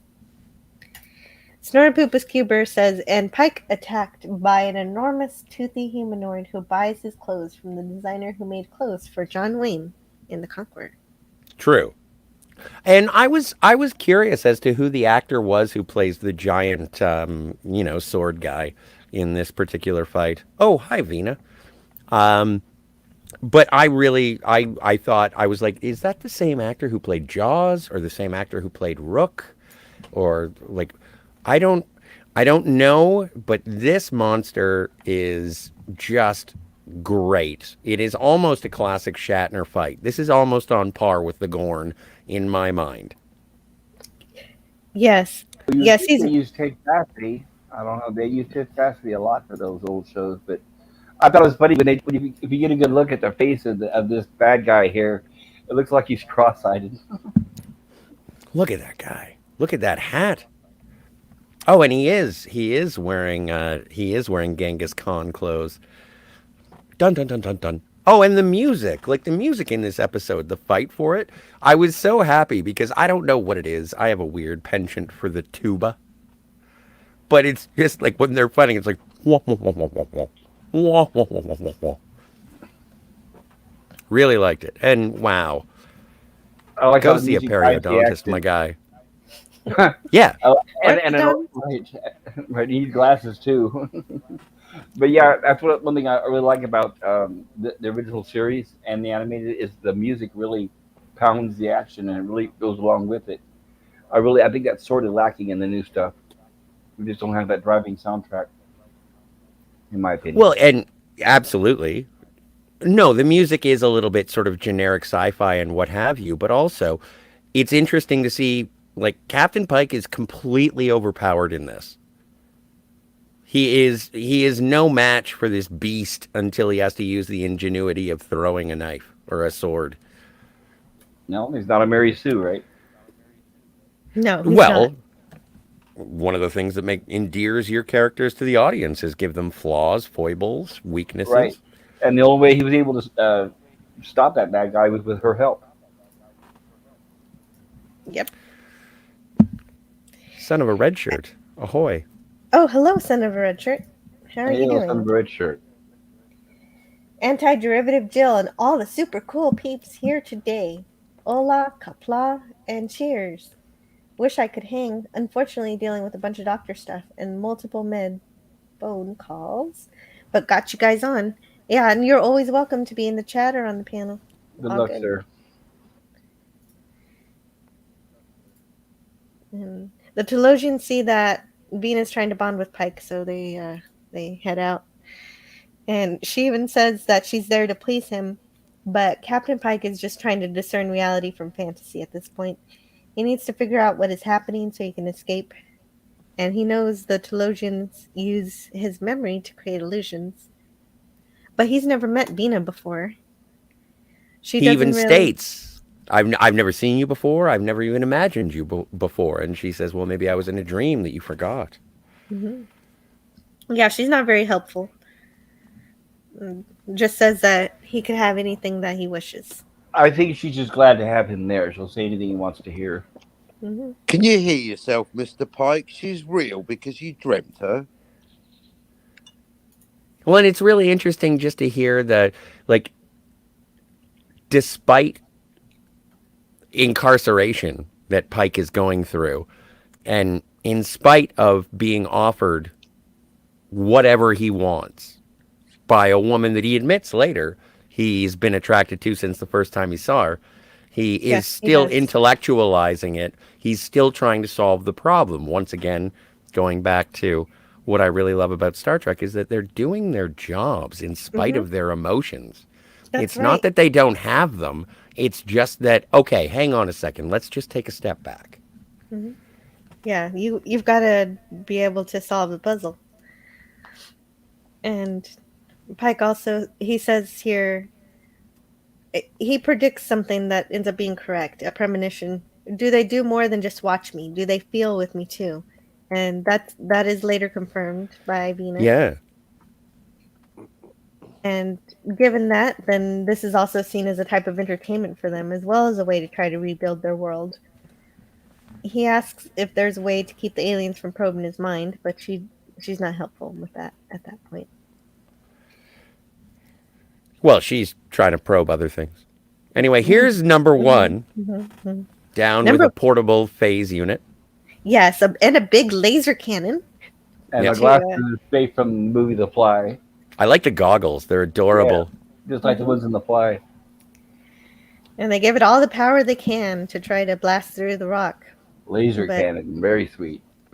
But of course, it doesn't look like it's doing anything. And the thing's about to overload, so they give up. Before the device itself is destroyed in the effort. And Boyce suggests that maybe they did get through, but the Telosians are feeding them a false illusion, and that the door is not really sealed. Well, and again, sort of hearkening back to the pragmaticism of Dr. Mccoy and being like, you know what, we don't even know what the hell is going on. Mm-hmm. I have a question. Let's say theoretically, if that wasn't, if they're doubting, is that an illusion? Is the door destroyed or not? That Hmm. an illusion is based on what your eyes can see. Wouldn't scanners be able to tell them whether it's been destroyed or not, or what's actually in front of them? I guess they don't have a No, tricorder at because this point.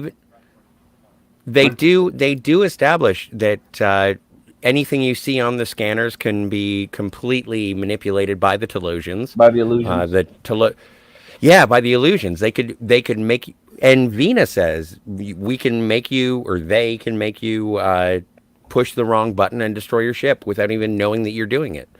Or you looking at the tricorder could be an illusion, right? The results on the tricorder could be an illusion.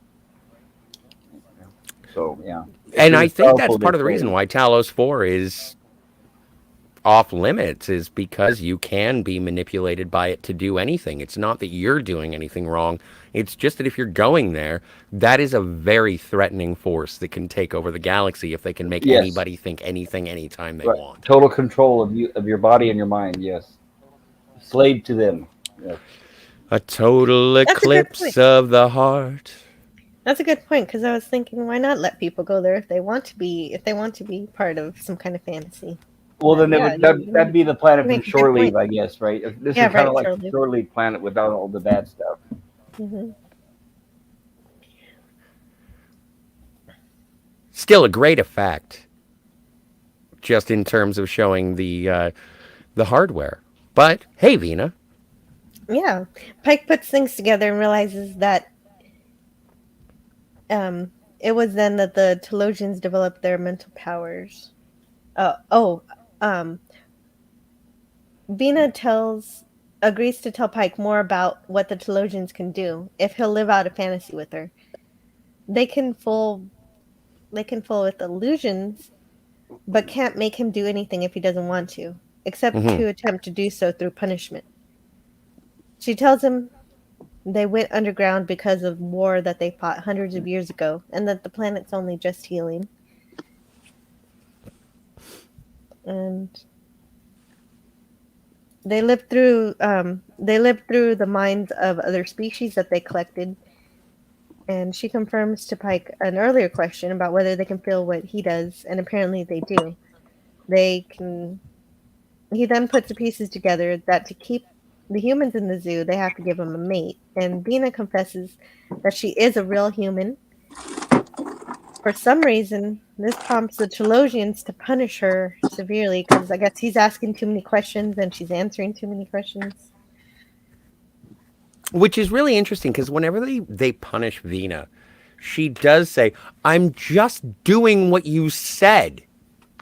Mhm. She is absolutely, "I'm just doing what you wanted me to," and they punish her and whisk her away. It at the end of the episode, it's kind of interesting that they sort of give a benevolency to the Telosians when, in actual fact, they're kind of harsh.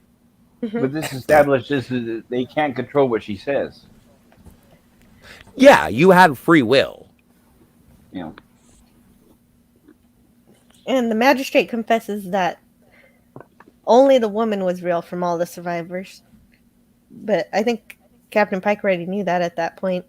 Meanwhile, Pike is testing him for weaknesses, finding um, that he cannot read him when his thoughts are too primitive. He knows this because he was dreaming of wringing the alien's neck, and and and the magistrate was startled by that, as if he didn't expect that the sort not to be able to read him. Well, and that's the only sort of flaw in this particular narrative that really jumps out at me, is that if they cannot read primitive thoughts, but they do want Vina and Pike to mate, if you will. They refer to it as a husband and wife relationship because Mhm. 60s. You know, hey, Jill, can I swear? Yes. So what they're saying is, we want you to fuck. Now, isn't that a primitive emotion, or at least sensation? Would they be able to have sensation of that? I guess not. That's too primitive. But they could. But that's why they have them have a more expansive relationship where they're working together and being the Hanging partners, out, which they being more can, which romantic, they can experience those emotions. a gentler. It's more a nurturing relationship as opposed to a primal one. Yeah, okay, I accept it. Hmm. That's how I see it. Pike then wants to know why they want him attracted to Vina besides making children, but he Well, but Pike even says you want us to have a husband and wife yes, relationship, which will propagate into children, and you may have your own community. And then I was yeah, just like, oh, that's not gonna go well a couple of generations down the line. right. But no, no, Well, no, no, no, no, what no. would happen if he just said, "Well, she's not my type"? Yeah, right. You need genetic diversity. Just two people is not going to be enough to make a species. No. You need like 1,000 at least. Well, and maybe that's part of the reason why Talos 4 has the death penalty on it, is because you're just going Hmm. to get lured into this particular cage. In the immortal Hmm. words of And Admiral Akbar, it's a trap. Yep. you know what? And thinking about it, they didn't mention if she is the only survivor. What happened to the others? I'm wondering if they were failed experiments Oh, for we'll the get to it. Telosians. Yeah, and he's upset at their treatment of her, but this pleases the magistrate, who wants Pike to have sympathy for Vina. And they decide to use that sympathy to create a paradise for Pike. Oh wait, but first, I guess I missed this part. Hmm. Uh, yeah. Oh, right. Okay. So Pike is trying to escape as they're feeding him, telling him that they can make this nourishment appear as any food that he likes. They won't allow him to go on a hunger strike without putting him under some severe torture. He is then made to feel as though he's burning alive here, which is a fear he got. They picked from his childhood stories, and they tell him that they could do worse. So he ends up drinking it.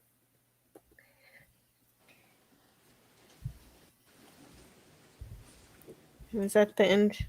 Yeah, that's the end of these slides. So let me get a new slide.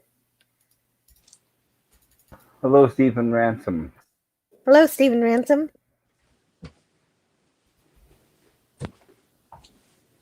Oh, Stephen.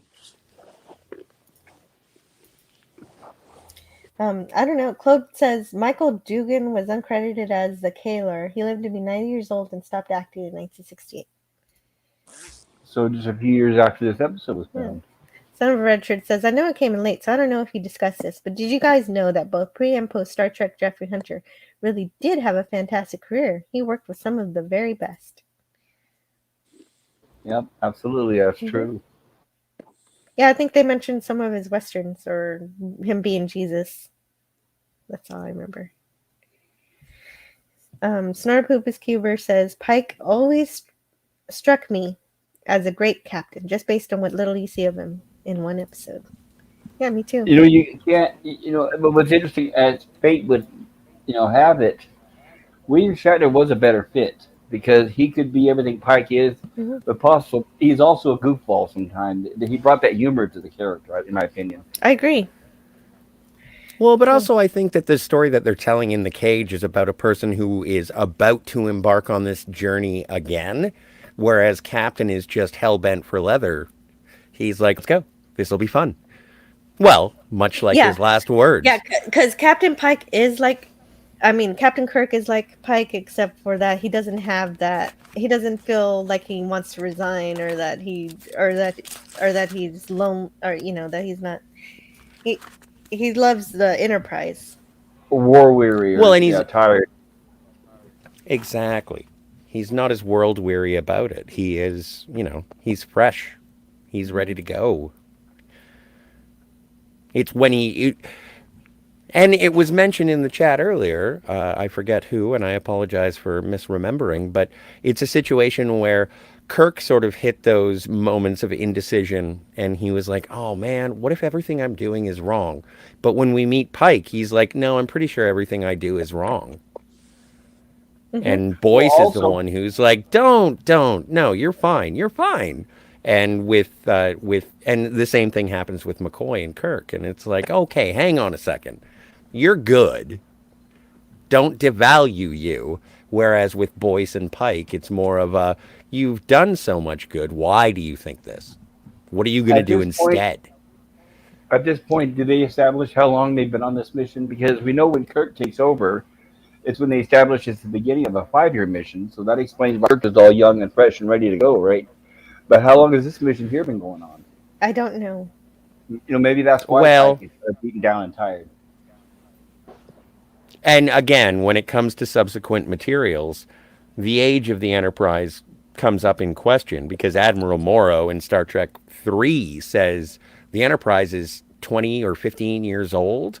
But if you look at, if Captain April had a 5-year mission, Captain Pike had a 5-year mission, Captain Kirk had a 5-year mission, and then assuming after Star Trek the Motion Picture there was yet another 5-year mission or something. Like the timeline is fuzzy, to say the least. Agreed. Snartopoopus Cuber says, I suspect Telosians are actually an evolved form of IRS agent. No matter how carefully you follow the rules, they still punish you. Yes. Wow, that actually makes sense. Snartopoopus also says, welcome to New Arkansas, the planet of totally inbred people and very straight one-branched family trees. I Yeah. lived there for a short time. I had a job that sent me through there, Little Rock. I am sorry to the state of Arkansas. I miss Yeah, but they got the California best more than hooch. ever. It's called the natural state, but they shoot everything that moves. And hello to Stephen Ransom. Hello, Jill panel chat. Also, I can't get over how meta this episode is with all of the theories about the gray aliens and the UFO lore, abduction and Wow. memory keepings for emotional feasting. Never thought about Well, that. and that's really interesting as well, just in terms of the size of the shape of the head, their height, because they are diminutive to a certain extent. I wonder if it would have been rejected if they had been given sort of those large black eyes. Oh, they're not. Well, and they can't express. The actors can't express with the eyes. But I was just gonna say, the trope of the aliens wanting to experience the emotions, the raw emotions of humans because they're so advanced they miss them, was touched upon in Slaughterhouse-Five by Kurt Vonnegut, which came out before this. Oh, the Tralfalmadorians. Yeah, I don't know if that was the first. I doubt that was the first time it was mentioned, but I know it was definitely before this. So, still too much dates off for television, I guess, at the time. But it Too should hot be. for TV. And hello to the panel, to some dame gorilla. Some damn gorilla. But it's in Some damn Zoom. gorilla. Yeah. Ahoy. Hello. Some damn gorilla. We don't see your avatar. Mhm. Yeah, it's because I'm on my phone. Gotcha. Okay. Communicator, you mean? Same difference. Yeah, fair enough. I'll stop trying to be clever. Okay. Well, Thanks. I had everybody else say it. So, how did you first get into Star Trek today, or in the past, rather? Let's see. I believe it was the summer of '95. There, I think it was a cold, rainy June day there, and my mom wanted to piss off my dad, so she put Star Trek on because he hates Star Trek. Oh. I'm just bullshit. No, my mom used to watch it all the time. Then, especially on Saturday, my dad would let her watch any show she wanted on Saturdays, but on Sundays he got to watch his football. Well, she hated football, so she made him watch Star Trek. So that's how I got introduced to it through TNG. Great. Thank you. Yeah. But I can't believe in 2 hours no one's mentioned what the shape of their heads look like. butts. Yeah, no one's mentioned that in 2 hours. I was trying to keep it clean. We see it, but we didn't say anything about it. That's true. Well, and then Well, I was going to say something about it. then the design is in general is not entirely original. It was also used in the movie This Island Earth, but it was much more of a pronounced butt look in that movie. Lady Toriel, I am absolutely flabbergasted and in awe of what you Wow. have. Hello, Lady Very Tariel. cool. I have a signed VHS tape by Gary Lockwood at a convention. That is super cool. That is super cool. Being like, and Gary Lockwood being in Star Trek and 2001: A Space Odyssey, like that dude is an heralded sci-fi legend. It was later on when he was in an episode of Columbo. Hey, there's a butt. Look at that. Come on. The gorilla is correct. Speaks the truth. Oh my God, it looks like a butt. Don't The walk gorilla away. is always correct. Yeah, makes sense. And here we are in the Mojave. Yeah, this is like a paradise basically for Pike getting to go back home to his horses. And But it's also the first inclination of how Earth has become a paradise as well, because the Mojave is obviously regarded as being a desert, but here it is Right. green and lush. I like the use of depth and the way they have the set designed with the painting in the Yeah. background. It really does look like a distance. And I really like the way that Vina communicates to Pike a little bit more reservedly. And it's like, oh, darling, you know how I get these headaches. Stop fucking with the Telosians. yeah, basically is what she said. And that's it. And Get out and have fun, right? Well, and this is also one of those moments where it is something that is from the cage exclusively, and you don't get to see it in the menagerie. Is that Captain Pike does say, he's like, it's interesting. I was just not 24 hours ago. I was talking to Dr. Boyce about needing to relax and doing this exact same thing, and they've taken that from my mind. Well, I'll have to let them know that I've relaxed. I've had a moment to take a breath. And so and that's another thing when it comes to Star Trek that I really appreciate, or at least I did back in the day when it wasn't all like hugs and cries, like an end of an episode of Full House. But you can casually refer to your friendship and your emotional ties and relationships without blubbering like... Like, it's just sort of like I was just talking to Phil about this. Mm-hmm. Yes, exactly. He finally understands Dr. Boyce's speech from earlier, now that he has what he thought that he wanted at the beginning of the episode. And Pike finally understands Boyce when he says, you either live life, bruises, skinned knees and all, or you turn your back on it and start dying. Yep. He reminds her that if they have kids, they might be punished the same way that she is. But this still doesn't sway her. He knows the Telosians want them to have mutual respect and dependence upon one another. He considers that the Telosians can't repair their machinery and wonder if they're trying to raise slaves. So he's trying to find a way out. She confirms that primitive thoughts can block telepathy, but that she failed to keep it up for long enough to do anything. And he admits that he is attracted to her. Yes. And that's when they get down to the hardcore pornography. No, moving on. So the Telosians still observing. It was like a Flintstones TV.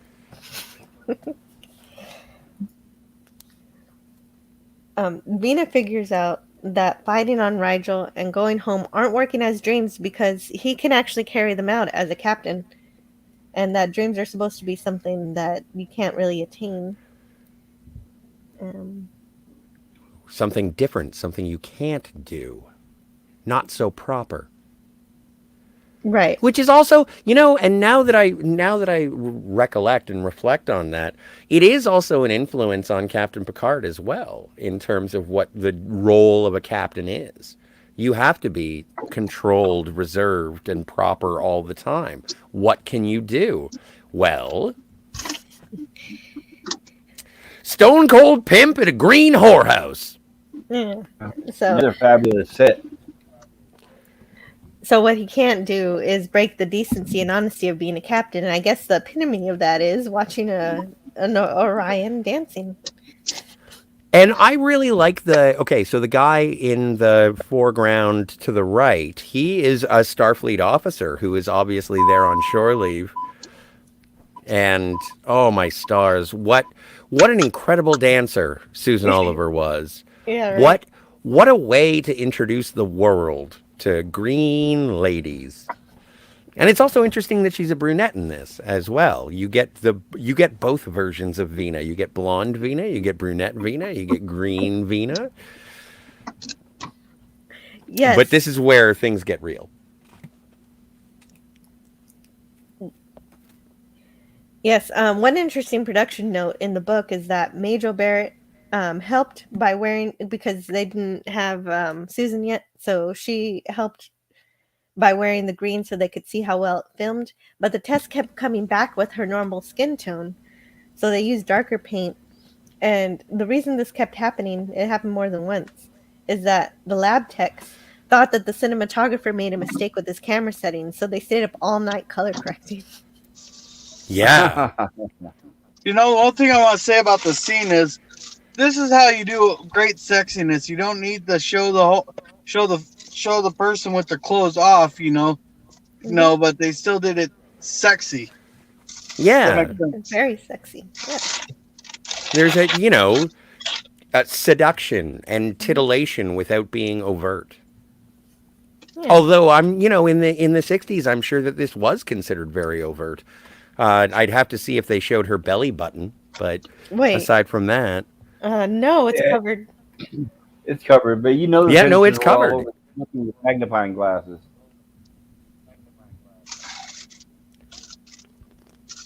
So then Pike turns into a high school wallflower and runs away because he wants to avoid the temptation. And then Vina comes in and says, "Oh, you're not getting away that easy." And I am convinced that they did it. I think this is the moment where he succumbs to her. Maybe. Based on the look on his face and based on the look on hers, because that is one of the, and not this particular shot, and I'm not criticizing your choice of shots, but like she does have a full on, all right, I'm going to ride you like a mechanical bull and we'll call it square. And he looks like, oh no, I guess. Interesting interpretation, Scotty. Thank you. No, I know. I'm sorry. I apologize. I bring the adult humor. No, that's okay. That's fine. Number one is taking a landing party to get inside the Telosian living area, but only she and Yam and Colt successfully transport the women. I knew you were going to say that. Spock, of course, is not fully developed, so he has some great emotion at losing. Do they? Okay, so the version you guys saw, Spock does say the women. Yes. Oh, yes. It was cut out of the version I just watched earlier. Interesting. Okay. And I love Vina's reaction when number one and Yeoman Colt. I don't know why I thought that they were synonymous. Colt. They beam down, and then Vina is like, "You son of a bitch! I was almost there." I know, almost there. Now look. And Pike finds that their communicators and phasers don't work, or they don't appear to work. Pike is working on keeping his thoughts primitive. So he's trying to keep hate and violence in his mind to combat the Telosian telepathy. Vina is still trying to win Pike over, especially now that she has competition. So number one realizes immediately that he's Adam, and one of them is to be Eve. Vina insults Colt's intelligence and calls number one a computer. Mm-hmm. And I love number one's response to that. The response to that is like, okay, let's do a Is it little just me, calculation. or is Joe robotic for everybody? Well, and also, I'm sorry. number one, sorry, Gorilla. No, nobody's roboting. Okay, It's just everybody's you. roboting for me. Oh, I'm sorry to hear that. It might be your signal. Okay. I'll try to leave and come back. Okay. All right, cool. Okay. See you soon. So, But there is a point where number one says to Vina, it says, we did look up the manifest of the Columbia, and there was an adult Vina. Who are you? yes, exactly. That's what I love. I love that part where number one does that because, she would just call the computer. So she does some calculations. Mm-hmm. So number one is wonderful. I wish we could have seen more of that. That was Well, fun. you do if you want to, stomach some of it. Oh, well, no, not that. That's not number one. All right. That's number two. And by number two, I mean poop. Thank you. So Magistrate says, I love this picture just because it's like redheads. yeah, she's confused a bit. I don't like gingers. It's strawberry blonde. I know. According this to is the aliens script, should say, so what are you all waiting for? Get it on. yeah, exactly. The Telosian is just sitting there and they're like, this is a foursome. What are you doing? Come on. So, yeah, exactly. That's exactly what he says. He says each of the two new specimens have qualities in her favor. The female you call number one has a superior mind and would produce highly intelligent children. Although she seems to lack emotion, this is largely a pretense. She has often had fantasies involving you. And the other new arrival has considered you unreachable, but is now realizing this has changed. The factors in her favor are youth and strength, plus unusually strong female drives. I have a couple jokes, but I'll keep them to myself. But it is interesting because she is the new yeoman. So it's like she just got sort of brought up to being the captain's yeoman, and she's still thinking she has a shot. Yeah, I want to hear those jokes later. Yeah, okay, I'll tell you later. Meanwhile, Captain Pike is continuing to focus on hate to block their mind reading. So yeah, Spock on the Enterprise tries to communicate with the Telosians that they are leaving the planet. But as he does, it appears that all the ships have gone down, including yours. Apparently, in this pilot episode only, the Enterprise has rocket ship power as a backup method of travel instead of impulse. Ooh. But have they established red alert yet? I noticed that guy in the back, he doesn't have a red alert symbol there by the elevator. No, you're right. There should be a red alert for this, and there is none. All right. So it's up to Captain Pike here to figure things out. No dedication plaque either, but yeah, Stu is still attending the elevator. Meanwhile, Captain Pike is maintaining his hatred while awkwardly snoozing. And until the Telosian goes through. It looks like they all just finished arguing. Well, and the thing is, and it's funny because he has the phasers or laser pistols or whatever, and he puts them in front of the door that he got his food from, or the nutrient goo in the wine flute or champagne flute, and so he knows that they're going to open it at some point. So he leaves the phaser pistols there, and then Butthead over here tries to get them, and this is when the violence starts. Oh, and hello in the chat to James Caserta.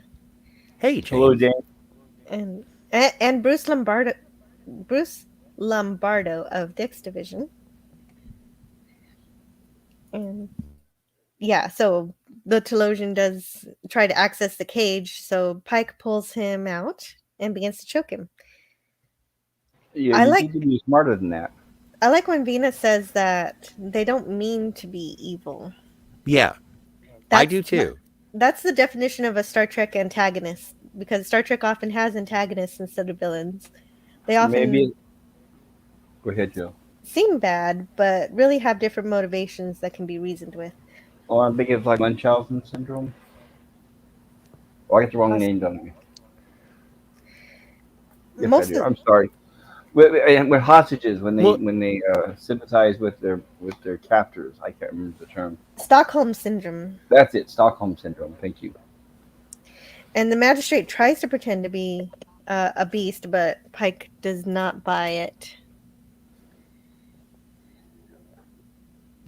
So then he just threatens the Enterprise. And then the Telosians proceed to download every bit of data that the Enterprise has. which apparently ends in 1965. Mhm.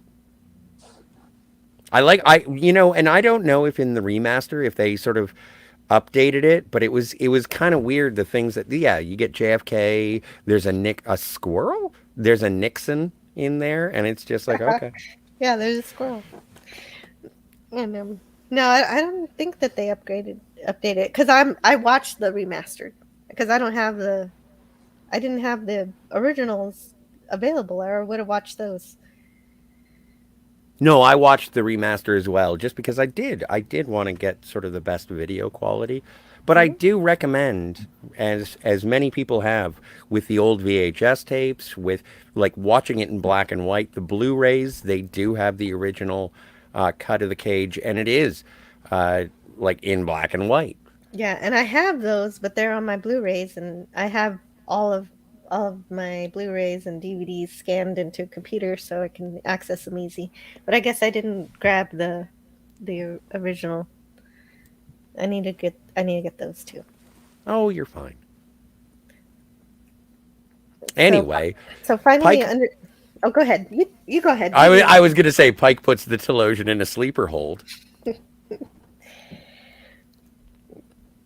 So now he finally realizes, Pike finally realizes that the phasers actually might be working after all. Oh, is this the last slide on here? Yeah, this is the last slide, so I need my next slide. Yeah, you didn't have any of old Vina? Yeah, it's the next one. Oh, okay.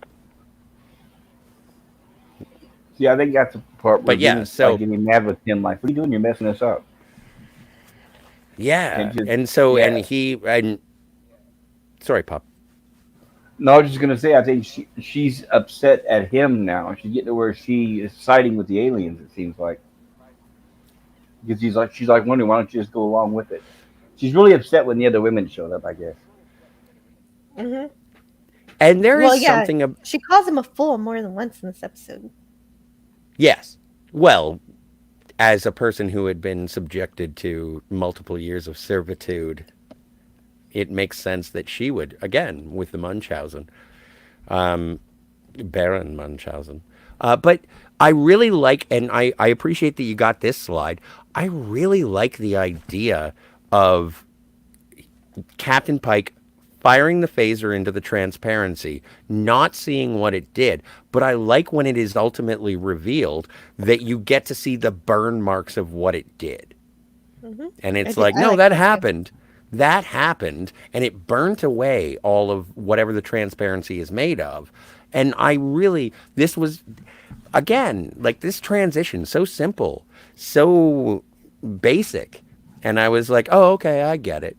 And it lends back to this show being sort of judged as being too cerebral, because there is so much that the audience has to put together in their own head. Yeah, the layers of reality. It is not overt. And the layers of reality. Like, do you have a concept of what if the things that you see are real if they're not? People are going to blame corporate, and people are going to say that they thought that the audience was stupid. But at the time, these are science fiction concepts that were not widely understood, available, cared for. Well, that's just it. Star Trek brought science fiction literature to the screen. Well, and not only science fiction literature, but the ideas. Yeah, and it made it more legitimate. A lot of 50s sci-fi was like hokey and B-level, like Plan 9 from outer space type stuff. So Star Trek made it legit. You can even compare it to Lost in Space and Star Wars. Star Trek is more legitimate. It's like they're trying to be, they're trying to use real science. They're trying to tell real stories. It's not a joke. It's not hokey. It's not B-level. It's taken seriously. I think that's another thing that really Star Trek has going for it that made it unique, at least in my opinion. Well, and it's not all about hardware or spaceships and sparklers coming out of the back of a rocket ship. Like there are things that you're confronting about, and it is bandied about largely in the Star Trek community: the human condition, the idea of reality, the idea of existence. Where do we go? Is this all I am? Is there nothing more? Right, and they don't put things in there unless they're there to serve the plot. They have to have a good reason. It is a trust in the audience for their intelligence. And we get to the surface and we see how badly the laser cannon from earlier actually destroyed the rocket. Yeah, you think they would and have their repair crews right on it, right? They didn't know. Their brains were melted by the Telosians. Yeah, they were too busy watching the humans. Well, it's just what strikes me as unusual is these aliens are supposed to be extremely advanced, but it seems like no matter, regardless, I could be wrong here, but it seems like doesn't matter how sophisticated they'd be, they would still use mathematics. Oh, we lost Dalek. Okay, I guess Dalek had to go to lunch. Probably or tea. Or tea, yeah. But you think that even advanced aliens would use mathematics like straight lines and circles and things like that instead of living in rocks? But I don't know. But I know they were forced underground. I do realize that. But I was thinking about that when they showed the TV monitor, how it looks like a Fred Flintstone television. You think it would have been at least square or rectangular, but who knows? It sure looks good. Yeah, Sornapupa says they can't repair things anymore. So that's why things are weird. Right, yep. And so the magistrate still believes that he can get Pike to stay and be married and live on the surface and rebuild agriculture and the planet. Pike offers to stay with Vina if they let number 1 and Colt go, but number one decides to defend her captain by setting her phaser to overload, saying it is wrong to create slaves. However, more Telosians arrive, so I guess number 1 turns off the overload at her captain's bequest. Magistrate says, "We had not believed this possible. The customs and history of your race show a unique hatred of captivity. Even when it's pleasant and benevolent, you prefer death. This makes you too violent and dangerous a species for our needs." So that's when he comes when he assimilates all the knowledge from the ship. This is when he comes to this conclusion. Yes. And with that they're let go, but inform the crew that the Telosians will now die off without anyone to do the work that they're physically now unable to do. And Vina informs them that she cannot come along. Because she's what? Like, how old is Vina? We don't know.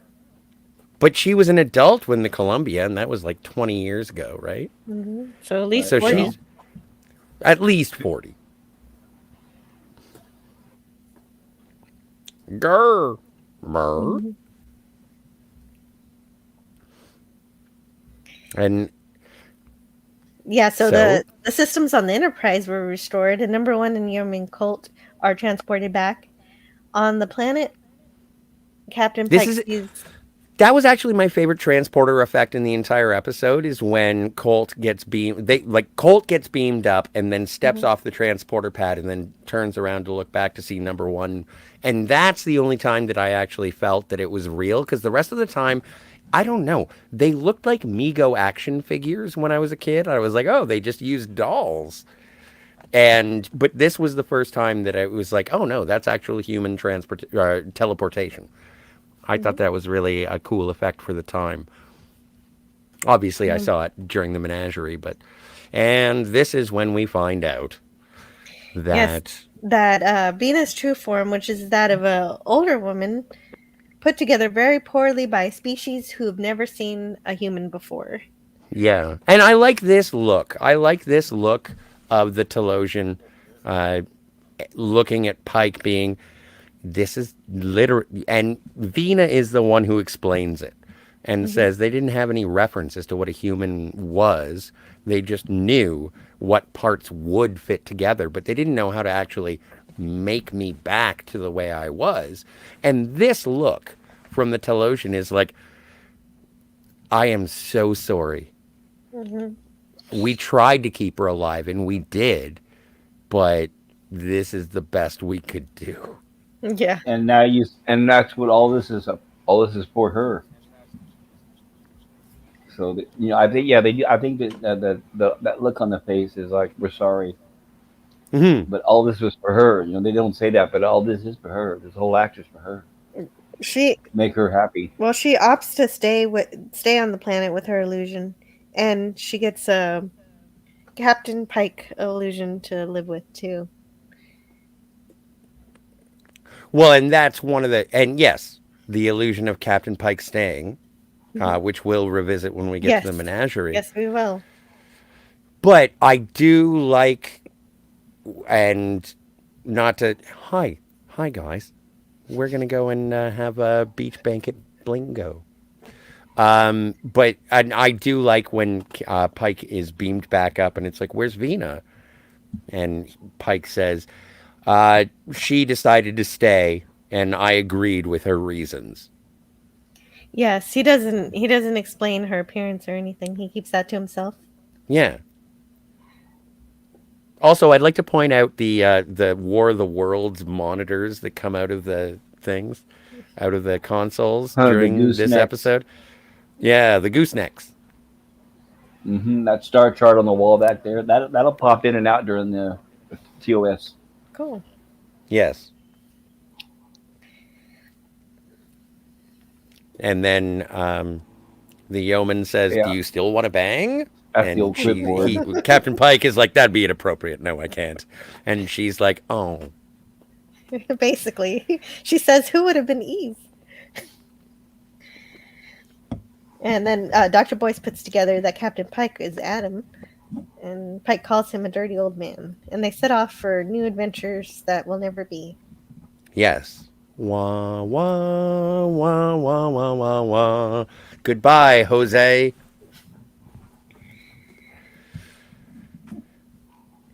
Yeah, and there's the cage for you. There's a cage for you. Hmm. I really, really like this episode. I do too. I love it more now than I think I used to.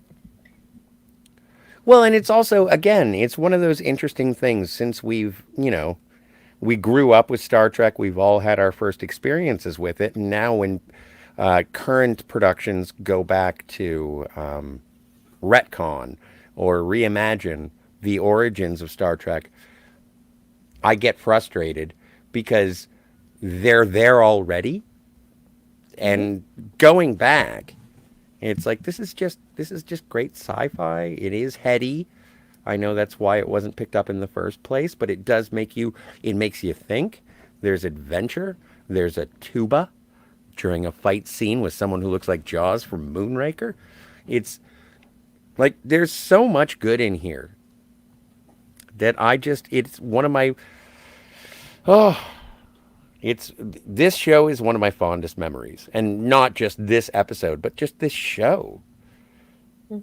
Yeah, yeah, me This is too. one of those things where the lore is kind of Uh-oh. pre-baked.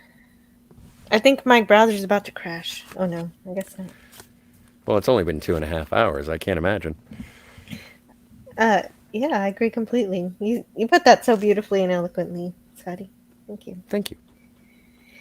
Eric Saunders says, "My dad took me to see Star Trek 6 when it came out. He also bought me some Star Trek trading cards when I was a kid." Arvik, I went and I took a date in high school to go see Star Trek 6. She tried to make out with me, and I was like, but Star Trek.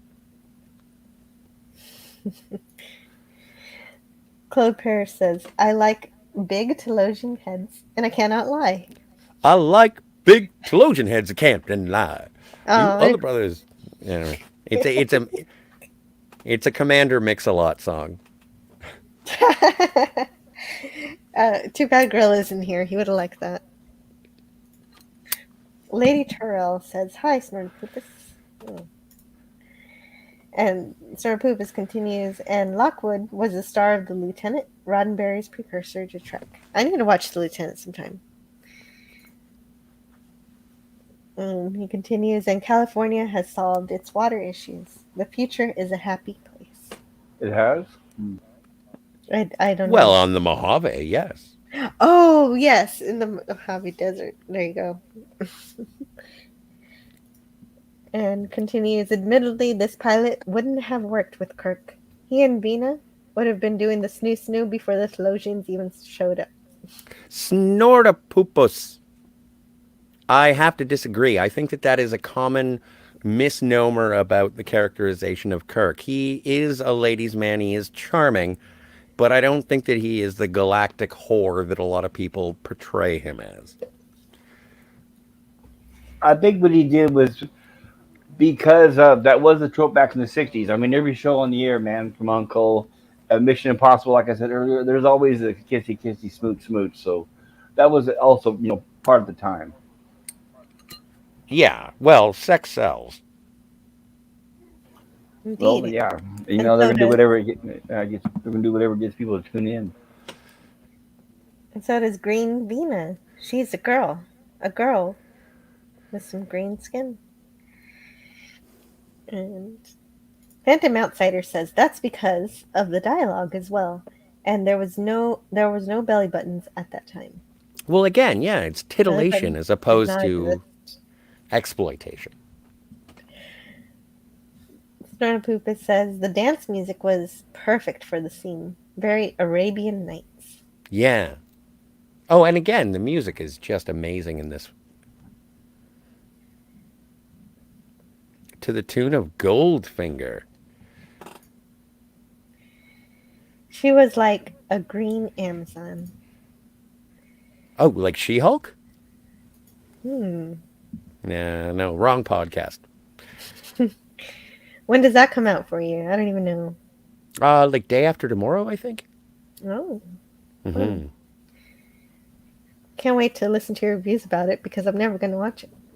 Yeah, fair enough. I'll do my best to be respectful. Yeah. And also spoil the heck out of it because I want to know stuff. Well, she's going to win. Yeah. I want to know if she loses, if they actually make her complex. Snortopoopas Cuber says, a good captain is expected to give his all for the good of the mission. Yes. Mm-hmm.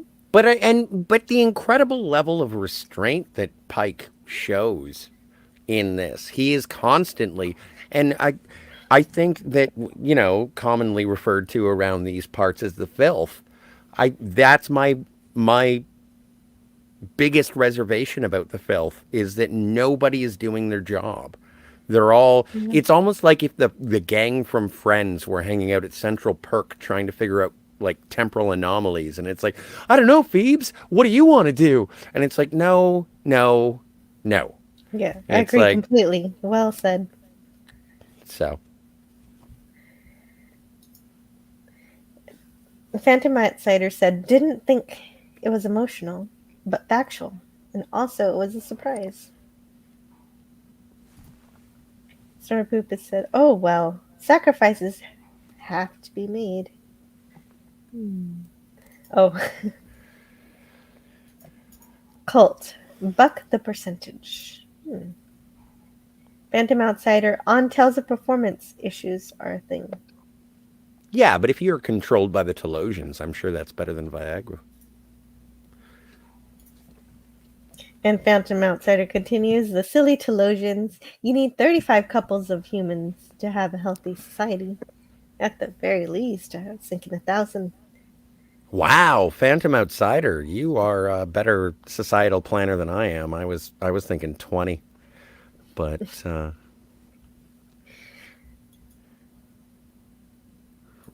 yeah, sorry you're roboting too much, Gorilla. Thanks for trying.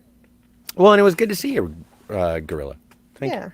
Yeah, it was good to have you for a couple minutes. And same to you, Dalek. Yes. And Phantom Outsider said it wasn't slaves, it was humans with desires and emotions that they can tap into. Huh? And By Bruce Grabthar's hammer. It's about time, Jill hosted. Heart. Thank you. I've been doing reviews for a long time now, but I was doing Orville reviews, and now I'm doing Star Trek. It's great. Soon to be doing Quantum Leap. Yes, Quantum Leap on the Phantasmagorian channel show. Please stick to the original. Of course. The new one isn't even out. Yeah. Snortopupus says, given how far the Telosians' knowledge of science and technology has declined, they probably don't realize their ideas of genetics are flawed and still haven't processed the data from the ship. Yeah, that's a good point. That's true. They wouldn't even know. Mm-hmm. And for their purposes, why would they even need to? Well, and I mean, honestly, is there a point to repopulate the species or just have a few in captivity? And if you just want to relive the emotions of, well, I guess, the Telosians are looking for memories and experiences and whatnot. And if there were human offspring born in captivity, all they would know is the captivity, and it wouldn't be that enticing for the Telosians. Yeah, that's why they were going to have the humans live on the surface and rebuild the world, so that's where they would get their new experiences from rebuilding and replanting and stuff. Well, and there was a mention in the chat in terms of the wrong think is punished, but right think is rewarded just as quickly, or vice versa. And that would be something. It's like, okay, so if you start making crops and making the surface more habitable, then we'll give you your any desire. But that requires imagination of a world that you didn't know. I don't know. It's a strange, like the end game of the Telosians. Yeah, I don't really think it was ever going to work out. I do. So do you think the Telosians are dead at like next generation? Yes, they're gone. Yeah, I would say that they're just like they're isolated and they're gone. They're extinct. Mm-hmm. Yeah, because I didn't see any baby Telosians anywhere. I don't think that they were capable of that anymore. That would have been cool though if you saw like a 5-year-old Telosian being like, "I will manipulate your brain." Yeah, right. Yeah, that gives a new meaning to tantrums. And Phantom Outsider says Vina was wrong. Hate is easy to keep in your mind. Helpful hint: the Telosians killed your puppy when you were a kid. Now, everyone hates them. But also, not to tell too many tales out of school, I've been briefly incarcerated once. Not for long. I may have had a few too many Chardonnays. What of it? And when you are in a cage, it's not hard to harbor a little bit of anger. And it's always there. So I do understand. Well, there is a thing called cabin fever. Well, and that too. Any sort of, and I think that the Telosian says it well, is that even it doesn't matter any sort of incarceration or no matter how benign, it still is. If you're told where to go, then humans tend to be like, but I want to do what I want to do. Well, they've also proven that whales, dolphins, sharks, and all of them, they don't like to be in captivity. They know the difference. So, I would think most species would not want to be captive unless they're already domesticated, like dogs and cats. I don't know. Oh, my stars. I've had conversations with my dog who has said, stop captivating me. And Snorpoopus Cuber says, apparently, Starfleet crews didn't need big flashing lights to remind them about alerts prior to 2265. Well, leave Stu alone. He was standing in front of it, but he was also, someone has to push the button to make sure that they get to the lobby. Right think is quickly rewarded.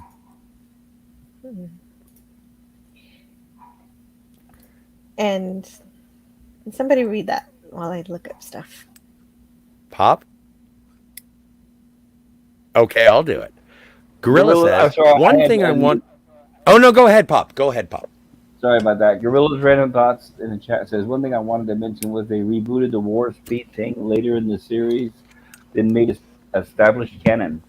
At the time of writing this, they weren't expecting the series to take off or talk. I'm not sure what that means. And when we encounter... Well, but when we encounter the sort of differentials in terms of warp speeds and beaming through shields and shuttlecraft, and like there are many things that aren't established as we venture forward, and there are things that are made into headcanon, but a lot of it is just sort of wrapping your head around the evolution of production. So I know that Captain Time Lord Spock doesn't appreciate the representation of entertainment in the verisimilitude of the fiction, but those are things that you do have to take into account, is that they were finding their footing. They didn't know what was what. Right, so warp speed just moving forward. Over the years, yes. Yeah, they were still established. Yeah. Mm-hmm. But I know there's a good correlation from Star Trek: The Motion Picture when they leave Earth, and they sort of kind of show the passing of time as they're passing the different planets like Jupiter and all that. Because as they're passing Jupiter, Captain Kirk says he put a note in there of how long they've been in space, and it's like 2 hours or something like that. I'm paraphrasing. I don't know the exact number, but he does do a star date recording, a log, as they're passing Jupiter, and he explains how much time has passed since they left the Earth in impulse speed. Or how long it took. Right, how long it took to get from Earth to Jupiter. Well, and also in Star Trek: The Motion Picture, they do make a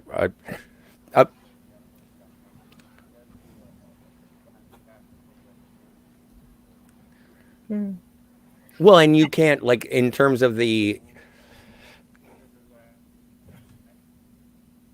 You keep starting to talk and then you fade out. Is that intentional or... In Star Trek: The Motion Picture, they say you can't go to warp within the solar system.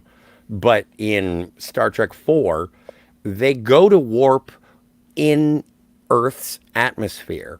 So the rules, they're touch and go. Yeah. Phantom Outsider says they weren't evil. They have an addiction to illusions and tapping into the minds of others. Yeah, that's what we were saying. Star Trek has antagonists over villains. Well, and also, thank you, Phantom. I appreciate it because I feel like you are a kindred spirit, because also I am not evil. I just have an addiction to illusions and tapping into the minds of others. So thank you. Yeah, if I remember right, the Enterprise warped right there outside of Earth in Star Trek 3 when they stole the Enterprise, right? It warped, and then the Excelsior attempted to follow it. Yeah, right out of space dock. Yeah, right next to it. Yes. Yeah. So, yeah, it's all, like, and there is a certain level of, okay, why did this happen? Because movie. Because plot.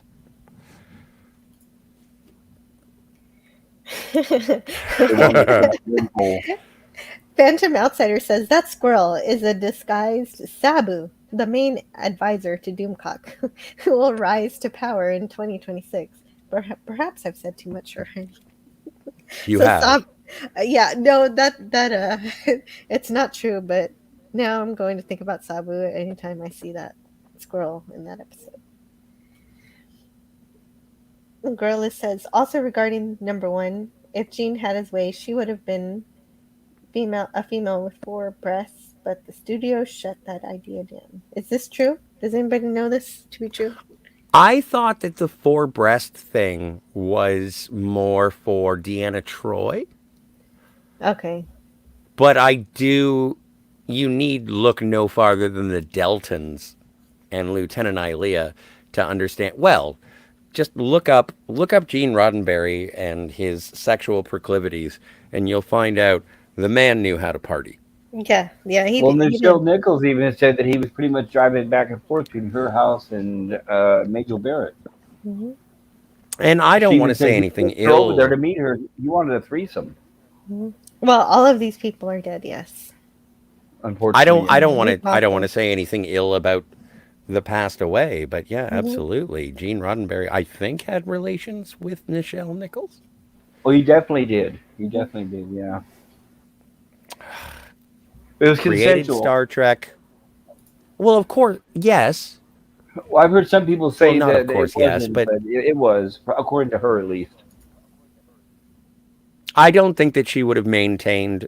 Well, look at the actress who played Janice Rand, and that's a tragic story in terms of what stardom, or not even stardom, but just the perils of being an actress in Hollywood in the 1960s was. There was a certain level of, would you like this part? Well, what do you do? What do you do for me? Yeah, they may And for Grace Lee Whitney, I think they may have originally had bigger plans for her in that series, but it just didn't work out. And plus, she had a drug habit. Yeah, she had an overarching story. yeah. And there was supposed to be a development in the relationship between Rand and Kirk, but that never came to fruition just because she was taken advantage of by a producer, never named. But yeah, no, it's a tragic story. But we'll get there when we get to Yeoman Rand. Yes. And Bruce Lombardo of Dick's Division says old VHS transfers don't hurt you with the makeup. The worst is watching Buffy or Angel in 4K. Low wage special effects. Yeah, those 90s effects just don't hold up anymore. Oh, excuse me. The Telosians were advanced, but they forgot how to repair their machines their ancestors left behind. Yes, sir. Dalek 451 says, I wasn't saying anything anyway, so I thought I may as well drop out. Well, I just like seeing your little green, Dalekness around, but it's all right. It's always nice to have you around, bud. Mm-hmm. And James Caserta says, what isn't an illusion? Well, row your boat gently down the stream. Life is but a dream. The Geek Squad could make a fortune on Talos 4. Yes, in terms of install, I'm assuming you're talking about the Mccoy Geek Squad installing better technology. Yeah, to update the televisions and such. She's ancient, 40. Hey, getting close. Well, no, but the thing is that she is a person who was, let's say 20, 23, 24 when she was on the Columbia. And when it crashed, she was busted beyond repair. And the Telosians did their best with their limited knowledge to just make it so that Vina survived. And survival was not enough, but luckily the Telosians had the power of illusion to make it so that the Telosians can cause pain out of illusion. So I'm sure that they could alleviate pain out of that illusion as well. And so that could also be why they registered as having perfect health. And part of the reason why it's so fascinating once we get to the menagerie is that Pike is, after being afflicted with the delta rays in the wheelchair and the beep beep, he goes back and he is walking around. He's hanging out. He's happy as a clam. Yes. And Vina gets to have a real human to play with. And I didn't mean that she was 40 definitively, just that she was at least 40. She could be older. No, it's a good But ballpark. yeah, possible. There's a very good chance she was the same age as the old men she was with, right? Yeah, it's possible too. You can't tell from her appearance because she was put together so poorly. You don't know. You don't have any reference. She could have been more age appropriate for Dr. Boyce. Yeah. Sarapupus says, apparently the Telosians haven't met many other species. I think Klingons, Romulans, and Dorians would dislike being held captive. And it's a damn good thing they hadn't met any bears. Phantom Outsider said, so she'd rather have the illusion that she isn't than the reality that she's crippled. That's Well, right. yeah. Well, but that's also a point that's made at the end of the episode. It's like, this is her illusion. Mhm. Is it any different from yours? And does it diminish her happiness? So that means they can control how you see your own body, right? Yeah. Yeah. Not just illusion around you, but your own body. Okay. That's what I take from it. I don't know if that's... Well, yeah, that's the way it's. But that's the way I it's just... given to it. And that the illusions are so strong that they feel real. Well, for example, what if she was missing a leg in reality, but the illusion showed both legs, right? Does that mean she could walk? I don't know. Sorry, I know they don't go there. They don't, but that's a great question. I like it. That's why I keep you around. Phantom Outsider And says, plus, I do windows. yeah, right. But sort of Hoopus Cuber, what about the zoo and circus bears? They seem to enjoy wearing hats, riding unicycles, and wearing bellhop uniforms. Well, we're not talking about the Royale yet. The Telosians, says Snortpoopus, are too physiology. Oh, the Telosians are to physiology what IKEA is to furniture. Exactly. If you have a couple extra parts hanging out, it doesn't matter. I'm pretty sure the Telosians were like, what is this appendix? Let's just get rid of it. It doesn't do anything. Yeah. Right? Snortpoopus says, only when we play Truth or Dare to Phantom Outsider. Also notice they did use 3 colors for the shirts. It's just hard to see the difference between the greenish shade and the beige. Well, but the weird thing about this is that there are no red shirts in this episode. And actually, I don't think any of the crew die. Yeah, no red shirts and no death. Which is nice. Except for the death that happened previous to the episode of Rigel 7. The Right. But not on this actual episode. You're right. But we don't see any sacrificial crew. Mm-hmm. No, we don't. We hear about them, though. Cue the fight music. Ba, ba, ba, ba, ba, ba, ba, ba, ba, ba.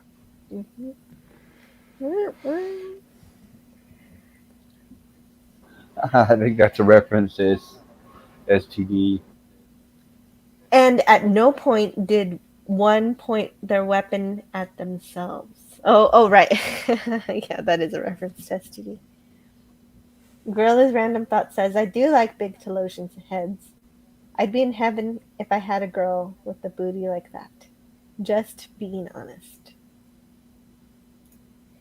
John Rendell says, I gotta get me going. Great stream, great panel and chat. I enjoyed this. Have a great day, everyone. Have a great day, John Rendell.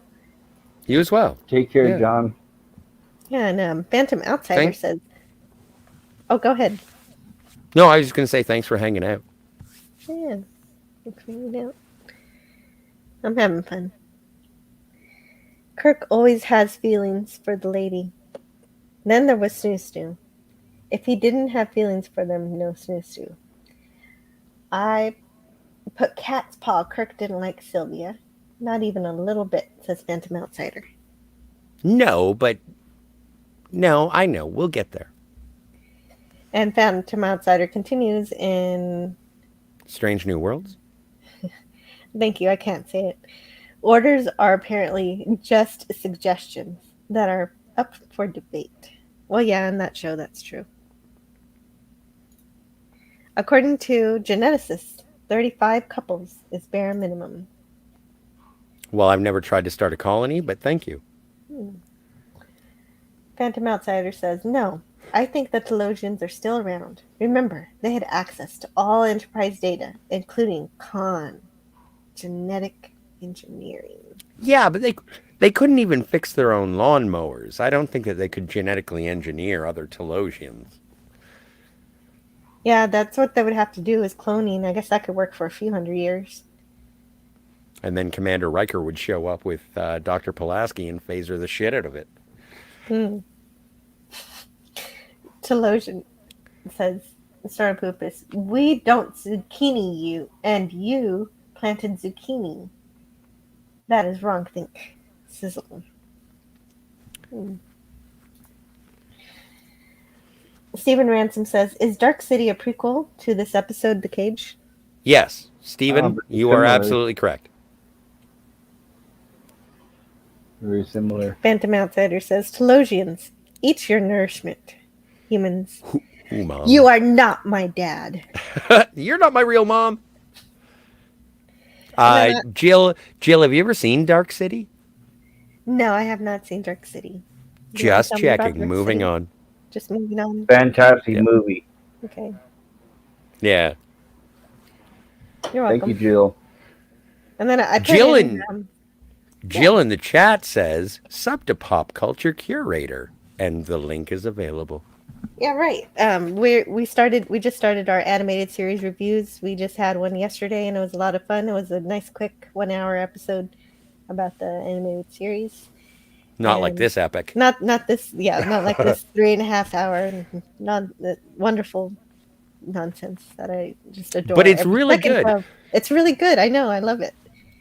I got to hang out at Pop Culture's animated review yesterday, and that was so fun to just revisit. And it's not it's not a series that I'm very familiar with, and so if you guys are fans of Star Trek and you're not familiar with the animated series, I would say go check it out, and then as a companion, go see Pop Culture Curator and Jill talk about them, because again, it's true Star Trek. It's written by the same people. I give it credence. Yeah, me too. DC Fontana basically ran the show, and she's the best. Well, and David Gerald. David Gerald was there. Sam Peoples wrote the pilot. Mm-hmm. There are so many of the original writers cast. from the original series. Most. Justice for Koenig. Yeah, Koenig got one episode that he wrote. And I like, you know what? There's an American Film Institute interview with him, and he's like, "Would you have written a second episode?" And he's like, "Oh no, no, it was terrible. I didn't want to do it." I like that episode. I don't know why everybody thinks it's bad. I don't know. I don't know why I don't know why Walter Koenig thinks it's terrible, but it was just one of those things. Well, where there it's kind are of other funny. people who do too. But like I said, like everybody wants, as I said about that sort of resting bitch face officer at the beginning of The Cage, it's just like, oh, I should have called in sick today. Everyone, it doesn't matter what iconic thing you're a part of. You're just like, I just didn't want to go to work. Mm-hmm. Well, the main Star Trek creator that we didn't get for the animated series I read was Gene Coon. He didn't think it was worth it. Well, I'd like to explore Gene Coon a little bit more as you guys go through. Yeah. And so sub to the channel that I get to play in. I am Scotty R37. I'm on the tweets. And if you'd like to see the Phantasmagorium show, that's where I play mostly. Mm-hmm. Yeah, you had a really fun play stream on Monday. I really enjoyed that. Yay. So you talked about... I was talking about the Ghostbusters. Ghostbusters Afterlife. And on Wednesday, you do your Tarantino show, right? Yes, and this Wednesday we're doing Once Upon a Time in Hollywood. And also subscribe to Gorilla's Random Thoughts. He expresses his random thoughts. Yep. Are we gonna rank this episode?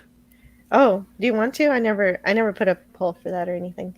No, we don't. Yeah, I give this an A. It's an A.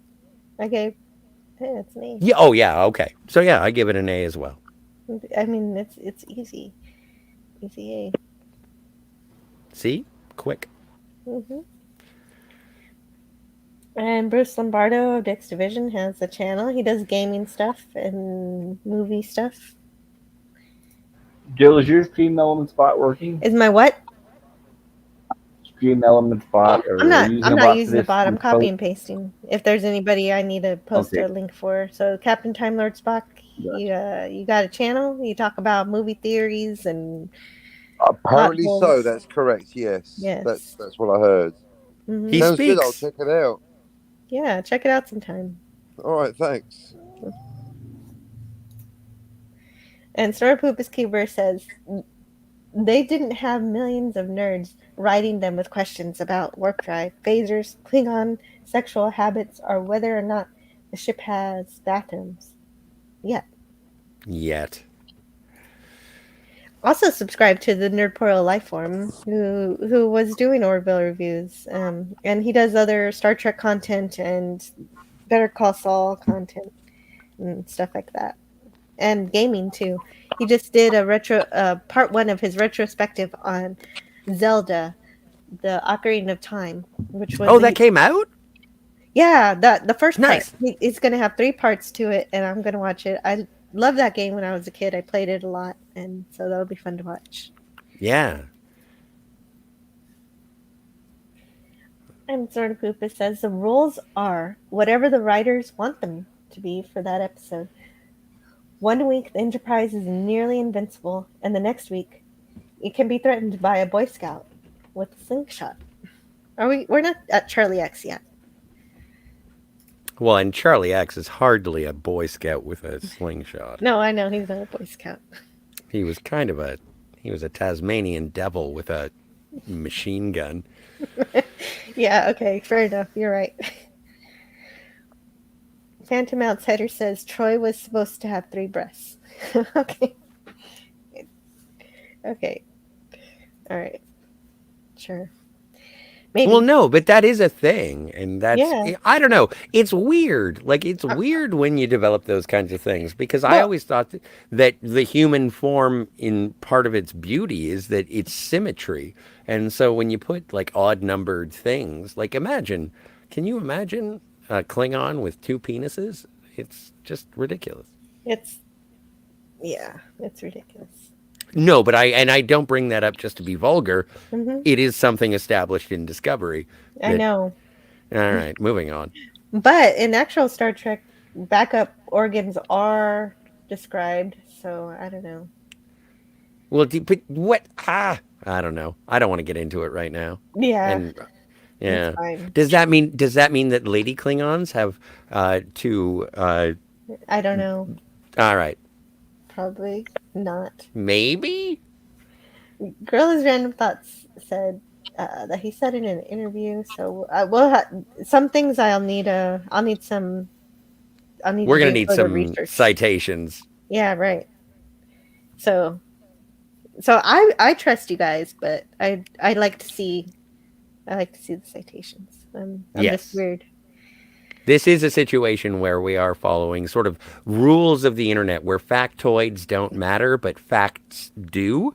Mm-hmm. And so if it's documented, as pop culture curator was saying with Robert Justman and Herb Solo and those, and the text that you were reading from, Jill, the Star Trek 365, it is something where it would be nice. I know some things are left to time, that they will be lost. You'll never really know. But yeah, there has to be a little bit. You have to have some sort of fact to back it up. Yes, and given what we know about Gene's personality, it is very likely that he wanted more than 2 breasts. But I want to learn more about that. I want 17 boobs. Phantom Outsider said Gene was, by his own admission, a horn dog. You cannot speak ill of someone when they themselves have said it, when they were alive. Well, and he did. Like, I think the movie that Gene Roddenberry wrote is called All the Pretty Maids All in a Row. And it is a sex comedy from the 70s starring Rock Hudson, which is interesting unto itself. And it's basically about a murder mystery in a high school where the gym teacher is having sex with all of the students. So, yeah, Gene Roddenberry was a horn dog. Mm-hmm. Gorilla's Random Thought says, I'll send it to you on Twitter when I get home. I can't wait for Friday for Gene Roddenberry's 101st birthday. Yeah, when's that happening? Friday. I don't know what time. Should I? I want to make it early, like 10 instead of 11. So, Okay. Well, you invited me. I'm not inviting myself, but I would. Yeah. I'd be so happy to make cupcakes and come. Yes, please. Cupcakes sound good. I like chocolate. Really? Fuck it. I'm more of a vanilla cupcake guy myself, with red frosting. Well, I like a cellular peptide cake Well, that's fine. You can bring that. with mint frosting. Yeah. Okay. Mint frosting. Yes, I know. Even Sora Poopus says, even the idea of using half impulse power to exit space dock. Better make sure you hit the door just right, because you're going half the speed of light. 149,896,229 meters per second. I have a Nissan Versa that does the same speed. Sort of Poopus says, gently down the stream, throw the bastard out, and listen to them scream. Merrily, merrily, merrily, merrily. Well, back to work. To work. Well, as long as you're listening. Yeah, he's listening. Gorilla.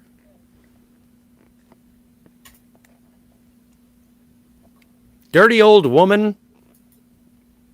How dare you speak so negatively about Loaxana? Although she is a dirty old woman. Yeah. Oh, he's accusing Picard of leering at her. He was, though. She's psychic. Yeah, that's true. He actually was thinking all the things that she said. I don't think that Loaxana was being dishonest at all. You don't think so? No, I think that she was like, "Oh, Jean-Luc, I know you. I know you're rather chaste, but how dare you adore my ankles?" Well, he's still, Phantom Outsider says, well, he's still physically impaired, but because they have direct access, they can project his thoughts. Okay. We lost the captain. Thank you, Captain. I think you need direct access to mind. Oh, they can Captain also block returns. pain receptors. Yeah, that's what I thought. Mm-hmm. Yeah, he pops in and out. Well, they'd give her an artificial leg, but she'd feel like it's real. Oh, there you go. Yeah, well, that makes sense. ask Nog. Mm-hmm. Yeah, no, that's a great episode. I can't wait to review that. That's a long time from now that we'll be reviewing that on the Clabby Show. It's only a paper moon. Yeah. Mm-hmm. I love that episode. It's so sad. Yeah, but I think heartbreaking. That's a great way to show how PTSD is handled in the future. Agreed. But anyway, we'll get there when we get there. We will. With the cage, they avoided the Yeoman of the Week trope. Then they decided to do with the red shirts. Well, would you prefer it if they sacrificed all the chicks? They can fix but remember, red shirt who was turned into the dodecahedron? Yes, the red shirt who turned into the dodecahedron, tied with Tasha Yar's worst death in my last live stream. True story. they can fix badly damaged humans, so with the data, they can engineer humans as Phantom Outsider. Yeah, but if you can just fool the human into think that they're feeling okay, I'm pretty sure that there'll be a Joe Cocker song. A Joe Cocker song being feeling all right. You don't know? Nobody? I'm I'm the sorry. oldest person here. And then Phantom Outsider says, especially the Spock time travel episode with Ichaya. We're going over that episode on Pop Culture Curator's channel next Monday. That is next Monday. Yeah, Yesteryear is my favorite. And the 20-foot Spock, maybe not so much. Well, and I think that's the first time that they really showcase an Andorian character as like a protagonist. Yeah, he's the first officer. Yeah. Very cool. Thanks for the push as always, Jill. Cheers, says Dalek451. You're welcome. My pleasure. Phantom Outsider says the Cage was second pilot worthy, and no other show ever got that distinction. Lost in Space did. Lost in Space was the same thing. Network said, we don't really like the first pilot, but if you do a few changes and shoot a second pilot, we'll take a look at it. They did, and they greenlit the series. Yeah, it's very rare to get a second pilot. Yeah, NBC did, I believe it was NBC. Fox did the same thing with Lost in Space, the original series. Yeah. That's when they added Dr. Smith and the robot. That was the suggestion of the network. All right. Yeah, cool. And Snortopoopa says, a man with 3 buttocks. Well, no, we're not talking about South Park. That's Monty Python. Oh, this is Monty Python. Well, I guess South Park really loves Monty Python, and they kind of, I guess they lifted it for their mad scientist character. I forget his name. And Gotcha. his whole deal is that he adds extra butts to things. And yeah. Lord Thaw says, thanks, long day. He's had a long day. Snarpoopa says, zoom. Phantom Outsider says, what? Not making cupcakes with Dolly Parton's Southern banana cake recipe mix? How are bananas Southern? South American, sure, but Southern? Yeah, I wonder how much time she slaved in a hot kitchen. Mm-hmm. And that's our chat. And that's our review of The Cage. And it's a lot of fun to go over this great episode that was the genesis of one of my favorite series ever. And Genesis? my favorite TV. How can you be so deaf with ears that big? Thank you. No, I really enjoy revisiting this, and it was the first time in a long time that I had seen, again, like as a single mission, The Cage. It was a Star Trek show that was outside of, well, and it is, like some people consider this outside of the canon.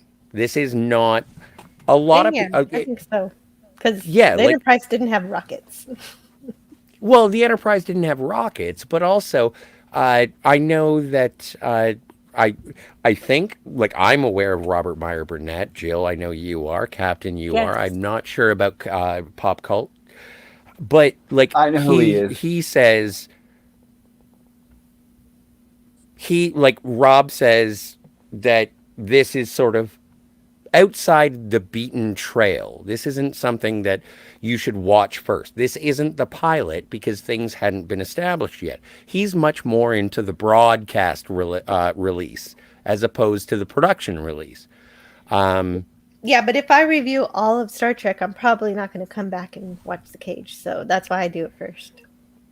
Well, and I'm not slagging. I'm just saying it's very interesting with new Star Trek or the filth or whatever you want to call it, is that there are people who are just as adamant about the continuity and the canon, if you will, of the show, that is, the cage is outside of that and it's more of a special feature than it is a starting off point. Yeah, as it And should be.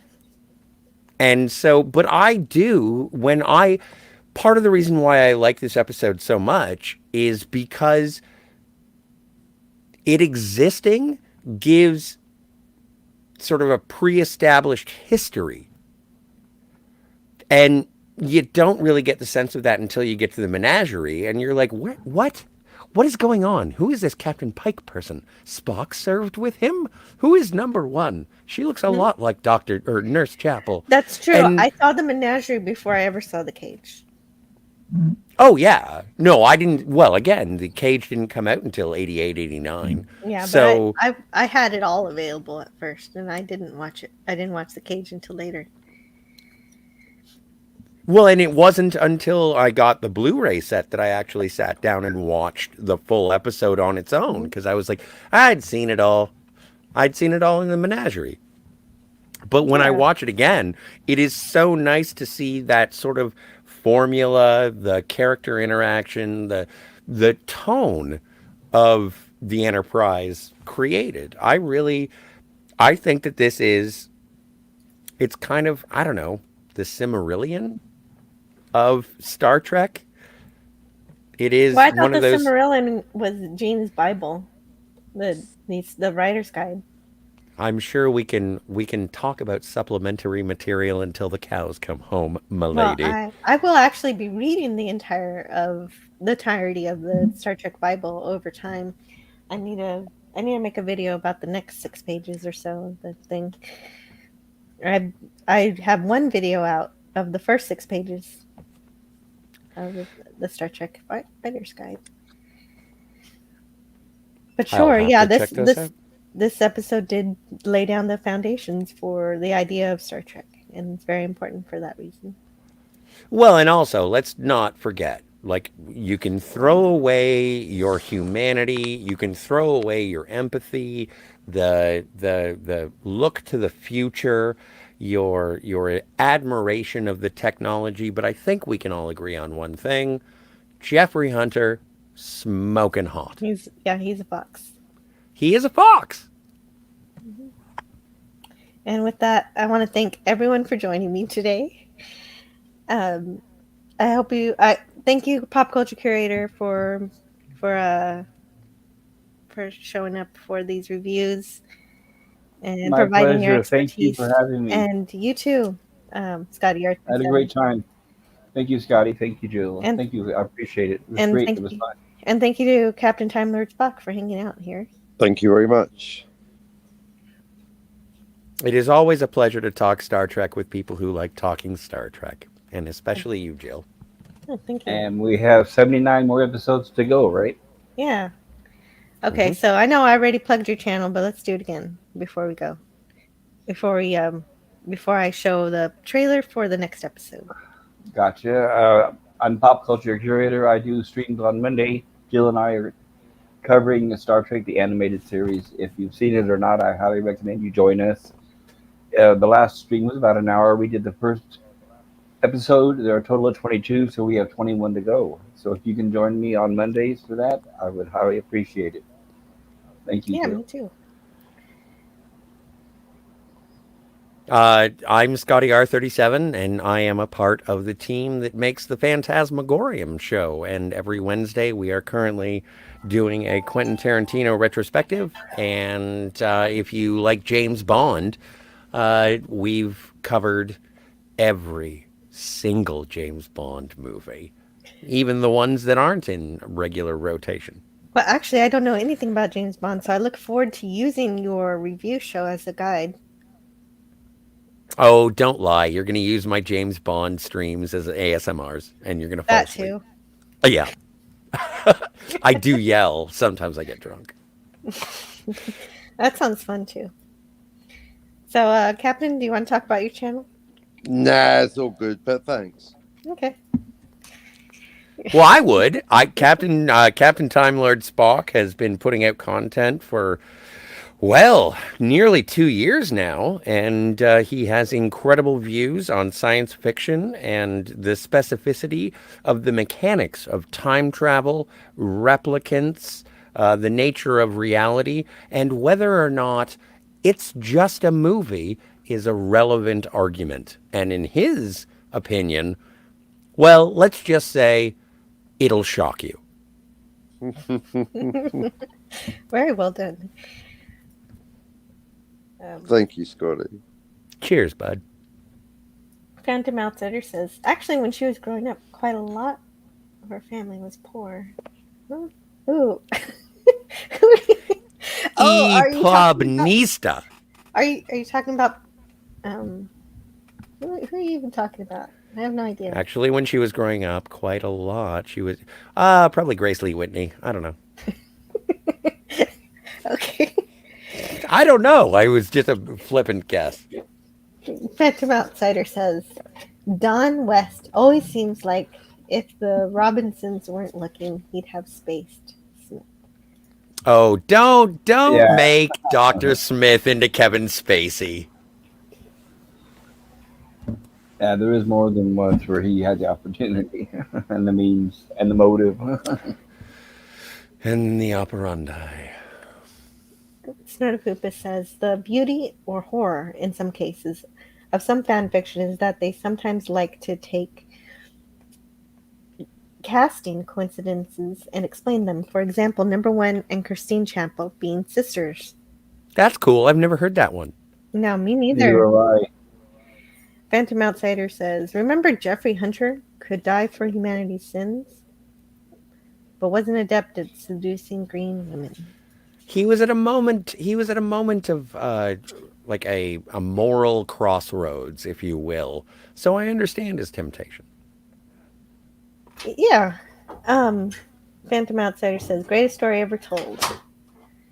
And Dalek451 said, I wish I said more. Maybe next time. Oh, I'm just glad to have you around. Don't worry about it. Dalek, I wish you had said less, actually. Snurtapoopa says, and I'm a polar bear here, the noise humans with random stream commentary. Take care, every human. Human! And it's just a movie, not to the characters in the movie, says Phantom Outsider. Yeah, exactly. No, Dolly Parton, someone asked how much time she spent in the kitchen. Oh, yeah, that's right. Yes, I remember that. Okay, thank you. And anybody want to be a Dalek? Exterminate! Exterminate! Thank you. All right. So there you go. There's our review of The Cage. There is 3.5 hours of your life gone. Yeah. And I hope you enjoyed the review. 3.5 hours reviewing a 1-hour show, ladies and gentlemen. Yeah. You got nothing on us, Mahler. And in the tradition of this show, I will leave you with the preview of next week's episode. So, from this point on, we'll just be going in broadcast order. So we'll be reviewing The Man Trap next week, and then of course the second pilot, Where No Man Has Gone Before, the week after that. So here's a preview, and I will see you guys next time. Have a great day. Thank you. Well, you should check out Captain's business card. It says The Man Trap. He's like a Captain Time Lord Spock, and he is the Man Trap. And Phantom Outsider, you're right. Dolly Parton grew up very poor. I just don't know if she could anymore. Yes, goodbye, everybody. Don't make me sing 9 to 5. Captain's log, stardate 1324.1. On planet M113, we encounter a killer from a lost world. Red modeling all over his face. What happened? What do you suppose happened, Captain? You beamed down a crewman who doesn't know better than to eat I've just lost a crewman, Mrs. Crater. I want to know what happened. And what kills a healthy man? I'll tell you something else. This man shouldn't be dead. I can't find anything wrong with him. According to all the tests, he should get up and just walk away from here. Can you recognize this thing when you see it?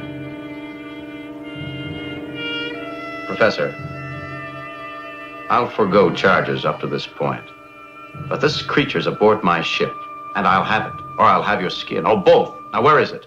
I'll kill to stay alone. You hear that, Kirk? Crater knows the creature, if we can take him alive. We don't want you here. Let's get him.